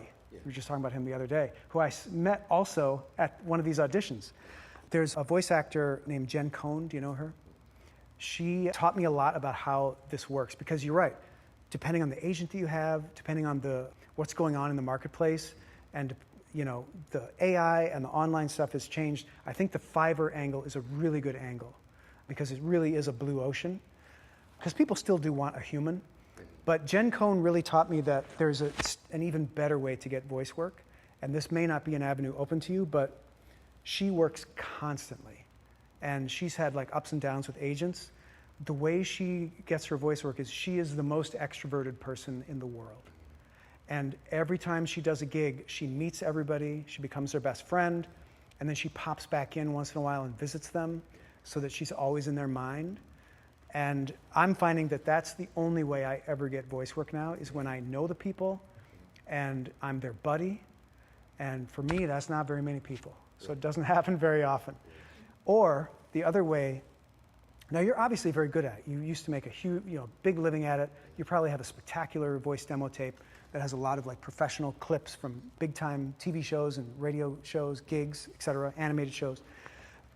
One of the best ways to get voice work is to do your own thing, because you're in comedy too. You come here, you do improv. If you can come up with a comedy, I think of it as like an audio comic strip, or like some kind of sketch thing, where you come up with a character, you come up with the idea, and you just do this thing regularly and post it on social media, whatever. So I've done this a couple of times, and it really works well to get gigs. When George W. Bush got reelected in 2004, I started doing a podcast that made fun of him.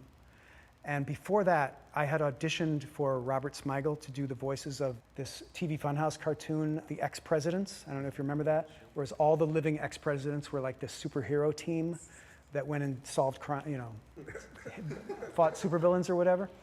And I didn't like the guy he had to do the voices, this guy named Jim Morris, who does all these impressions. They're just not that great.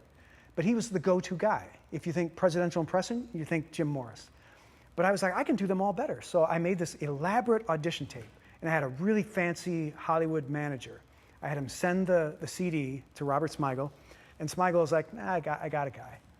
And so I'm thinking, all right, he doesn't want the quality. He wants his guy that he knows or whatever. So in 2004, I start doing, this is after that, I start doing the George W. Bush podcast. It gets to be really popular. And Robert Smigel discovers it.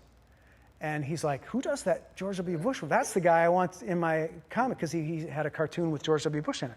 So he calls me, and I'm like, you bastard. I auditioned for you.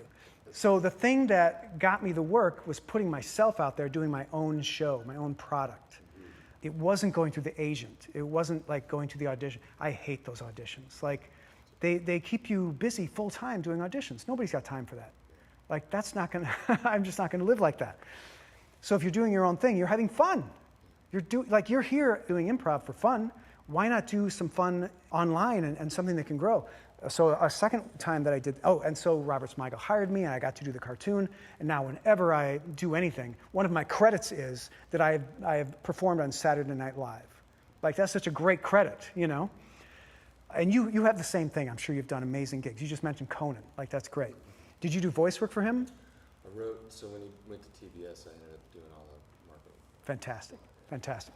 So the second time I did that, and I'm just sharing these stories so hopefully you can get inspired, like, oh, maybe I could do something like that. There's a podcast. So my podcast was like a 1-minute podcast. And it was the weekly radio address. And it was just George W. Bush saying, good morning, here's what I did this week, you know? And it was all silly and it was funny. And it got to be insanely popular, more popular than the president's actual weekly radio address, which used to be a thing. When I came back to The Onion, we had this comic strip. It's a parody of an editorial comic by this fake cartoonist named Stan Kelly, and it's basically a bad editorial comic. And we came up with this idea to do a video series by the artist explaining how he does his work. So it's like the master at work explaining to you the finer points of editorial cartooning. And I did the voice of the guy and just came up with this voice out of whole cloth. And it literally took fire online. Like the comments on those videos were like, oh my God, this is the funniest videos The Onion is making. Who is this guy? And like, I don't put my name on it, you know, because I'm working at The Onion or whatever. But like, people discover that and they call you. And they're like, we want a funny voice just like that for our thing, you know? And so that's an avenue that's open to you. Like, do the funny stuff, do the animated thing, or like, use your talent. Okay, so important question for you. How old are the kids now? Almost out of college. Perfect. One's out of college. Beautiful. Good job, by the way. Yeah. Nice work. Yeah. I found having a kid was, you know, they call it the greatest ride in the park, which I think it very much is in many ways. But that bastard was a real impediment to me getting a lot of work done. Because I'm like spending my time with him. He's an infant. He needs my attention. And I greatly enjoy spending time with him. Now that he's 16, I have a lot more time to spend doing comedy. And so take advantage of that. Same thing I was telling Charla, it doesn't matter how old you are. Like, don't let that be an impediment. Don't let that worry you, especially with the voice work. Age is actually a plus, because you have the experience, you have the catalog of like all the various characters, all the various life wisdom that you can imbue. Small aside, do you know Todd Hansen? You know who that is? He did a voice on Squidbillies. I forget the name of the character. This is another avenue that you might consider. So you're obviously very good at voice work, and you've had a lot of great experience. Todd Hansen is a guy who defies every norm in the voice work industry. He never aspired to be a voice actor. He never made a voice demo tape. People literally call him and say, Todd, you've got to do a voice for my ad, my cartoon, my whatever. They call him just out of the blue because he has such a spectacular voice. That's it. So I've heard you speak now. You have a very good, trained, professional voice. It's a spectacular voice. Use that. That's an instrument. Wherever you go, wow people. Like, let me ask you this. When you go to the laundromat, do you make sure that you're using all your resonances, or do you just like, I just want my suit. Can I just have my jacket? You do the latter? I do, yeah. Yeah. Todd Hansen doesn't do that. Wherever he goes, he is Todd Hansen. And if you're in a room with him, you'll be like this. Who was that speaking? Who was that? Now, there was a guy online who did that, who was a homeless guy. It was called The Greatest Voice in the World. I think if you Google that guy, you'll see him. You remember that? I remember that it was in Ohio. He went viral because he was some homeless guy. Somebody caught on video. He just sounded spectacular. And he got some kind of job opportunities out of that. So don't hide your instrument. Play it loud and proud wherever you go. And that just, again, the whole game is increase the possibilities of opportunity. You want to tee yourself up for as many opportunities as possible. Is that helpful at all to you? I think it's stuff that I've thought, you know. You have thought about all that just, stuff. But not act on it. You know, I think I just kind of hit this like, man, Yeah. I think that's the reason I was kind of name dropping, because like there's so many people around me that got through, and I was just like, I want to address that. We haven't talked at all today about the self-sabotage and the psychological barriers that we all put up. And it's one of the main reasons why most of us don't succeed in comedy. And one of the main things I talk about in my Substack articles every day is hey, it's all just a mind game, everybody. Don't talk yourself out of success.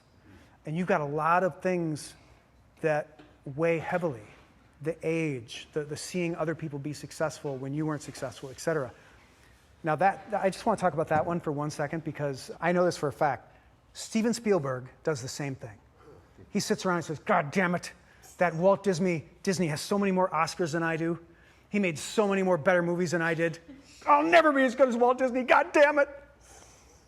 What would it profit him to do, to say that or do that? Nothing.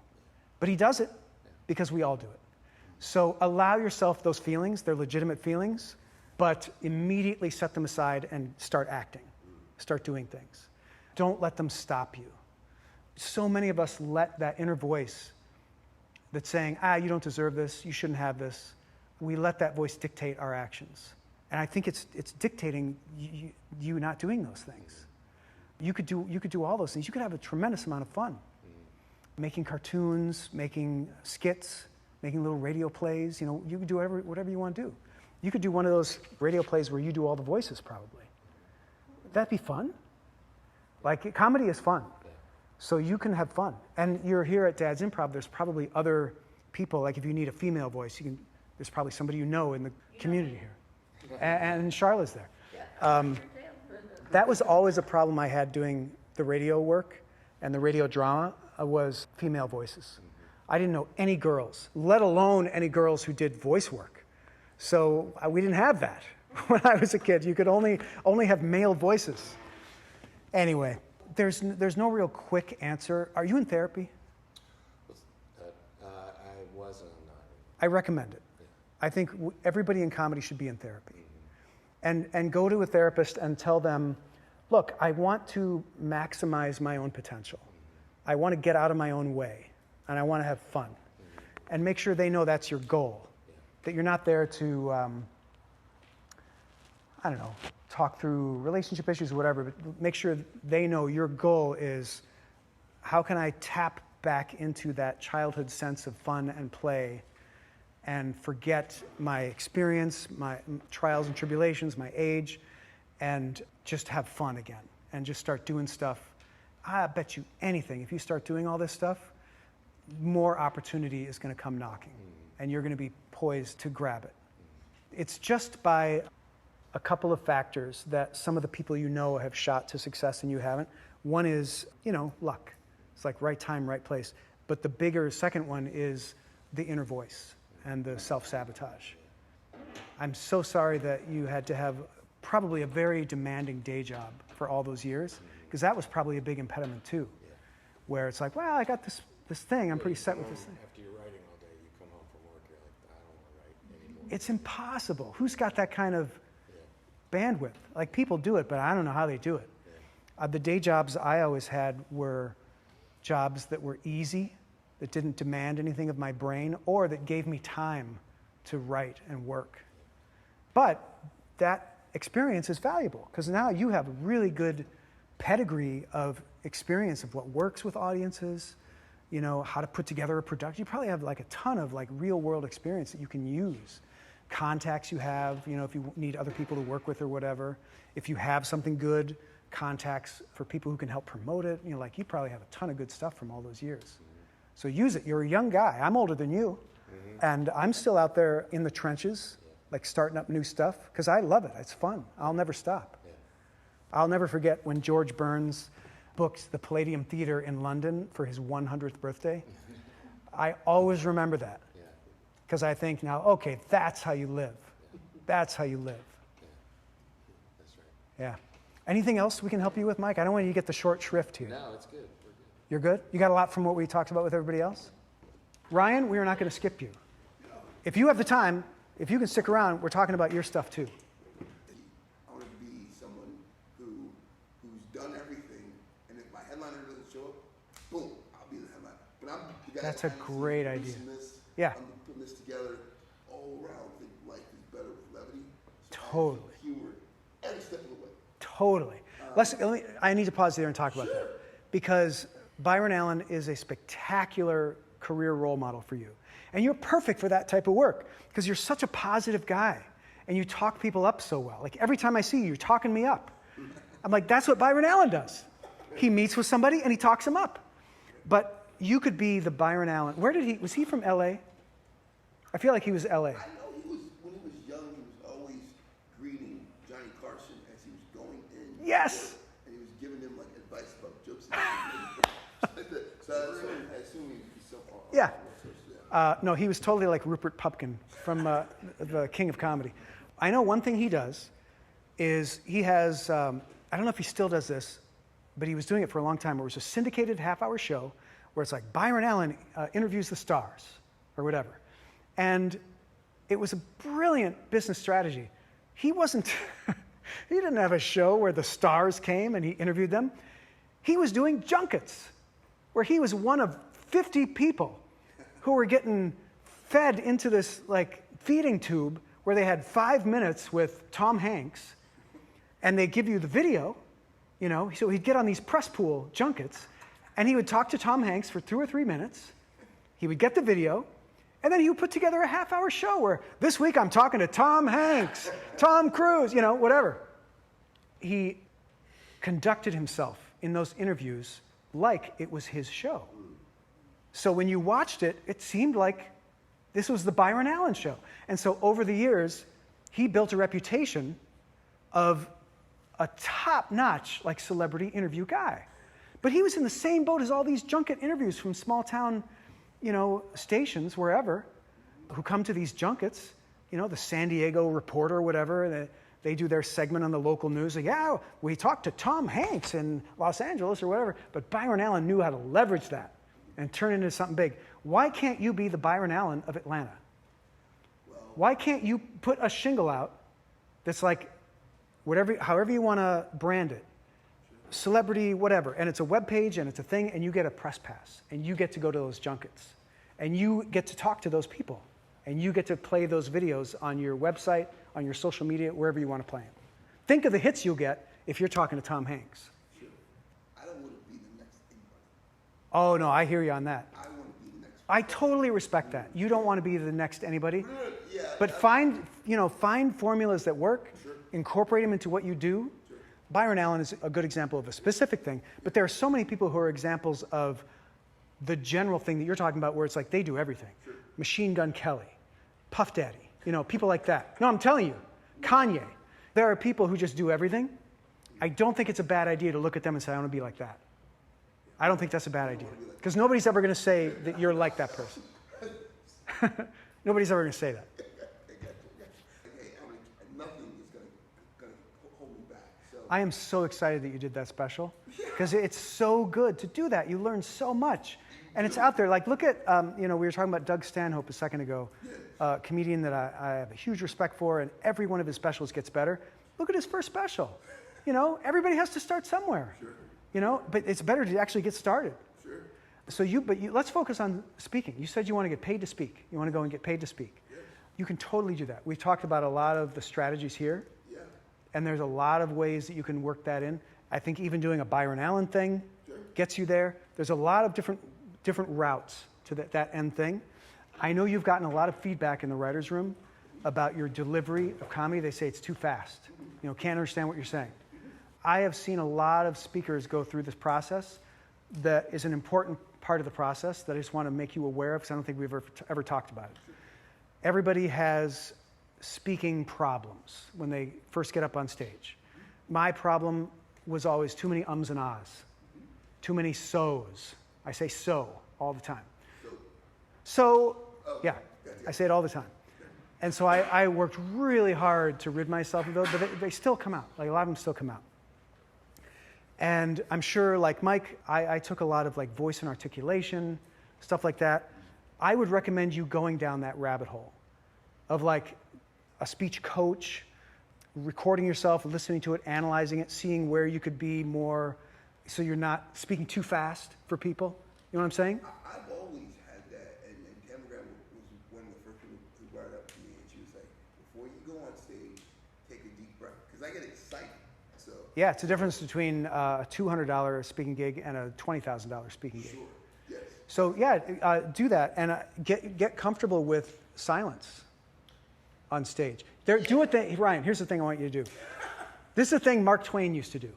Okay, so Mark Twain, as many of you know, very first stand-up comedian. He was a brilliant writer.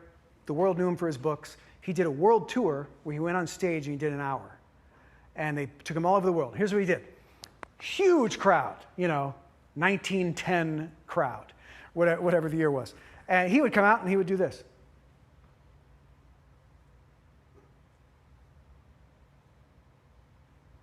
And he would literally stand there for sometimes several minutes. Now, again, the attention span was different in 1910. But he literally could stand there and do that. And he's obviously a very interesting looking character with his frizzy white hair or whatever. But what would happen is the audience would start to get a little uncomfortable. Then they would start to laugh. Then they would start to guffaw because they realize at that point, okay, he's doing something to us. This is something he's doing on purpose. And then as soon as they were at their peak crescendo of laughter, he would say, okay, now we can start talking or whatever. And it was just a beautiful, beautiful way to own a crowd instantly. And it was from silence. Silence. Yeah. And so we can't get away with that today. It's not 1910, but we can use that silence every once in a while. Like Joel, you know this. Anybody who's done stand-up here knows this. Sometimes when you do a joke or you do a tag, it's the silence afterward that gets the laugh. Or it's like the look after and just letting it hang that gets the laugh. And that your style of comedy, which I really like. I like that rapid fire where I'm missing half the jokes. I don't mind that. I really don't, because I feel like, okay, this is a dart gun, or this is like a wind machine. It's a death by 1,000 cuts. Yeah, exactly.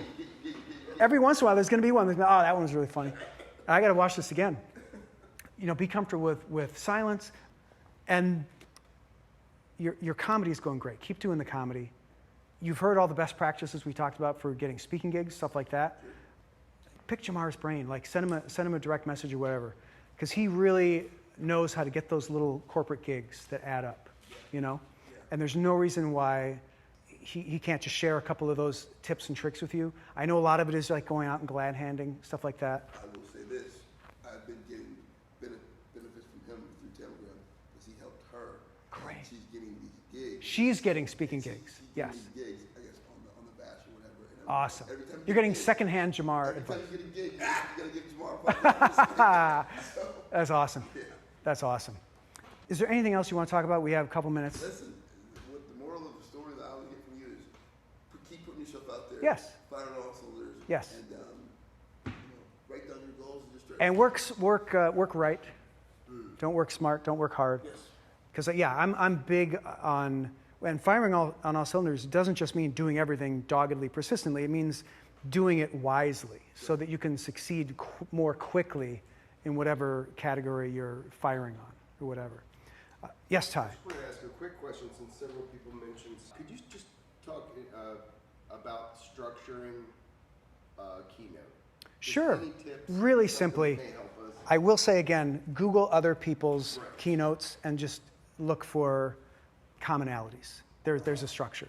The basic structure of a keynote speech is, number one, tell people what you're going to tell them. Number two, tell them. Number three, tell them what you told them. That is the basic structure of every keynote. And within that second part, the tell them, is you should have a series of maybe 4 or 5 takeaways. 4 or 5 takeaway points that you want to leave people with. And they should each have a really interesting story, like a real story. A personal story from your life or something that happened that leads to the takeaway and exemplifies and carries the theme of that takeaway. That should be the bulk of your talk. That's it. Yeah. It's been great talking to you, everybody. Thank you so much for coming. Really appreciate your time. Good luck with all of your comedy careers. I hope to be seeing you in the sphere of the internet in short order.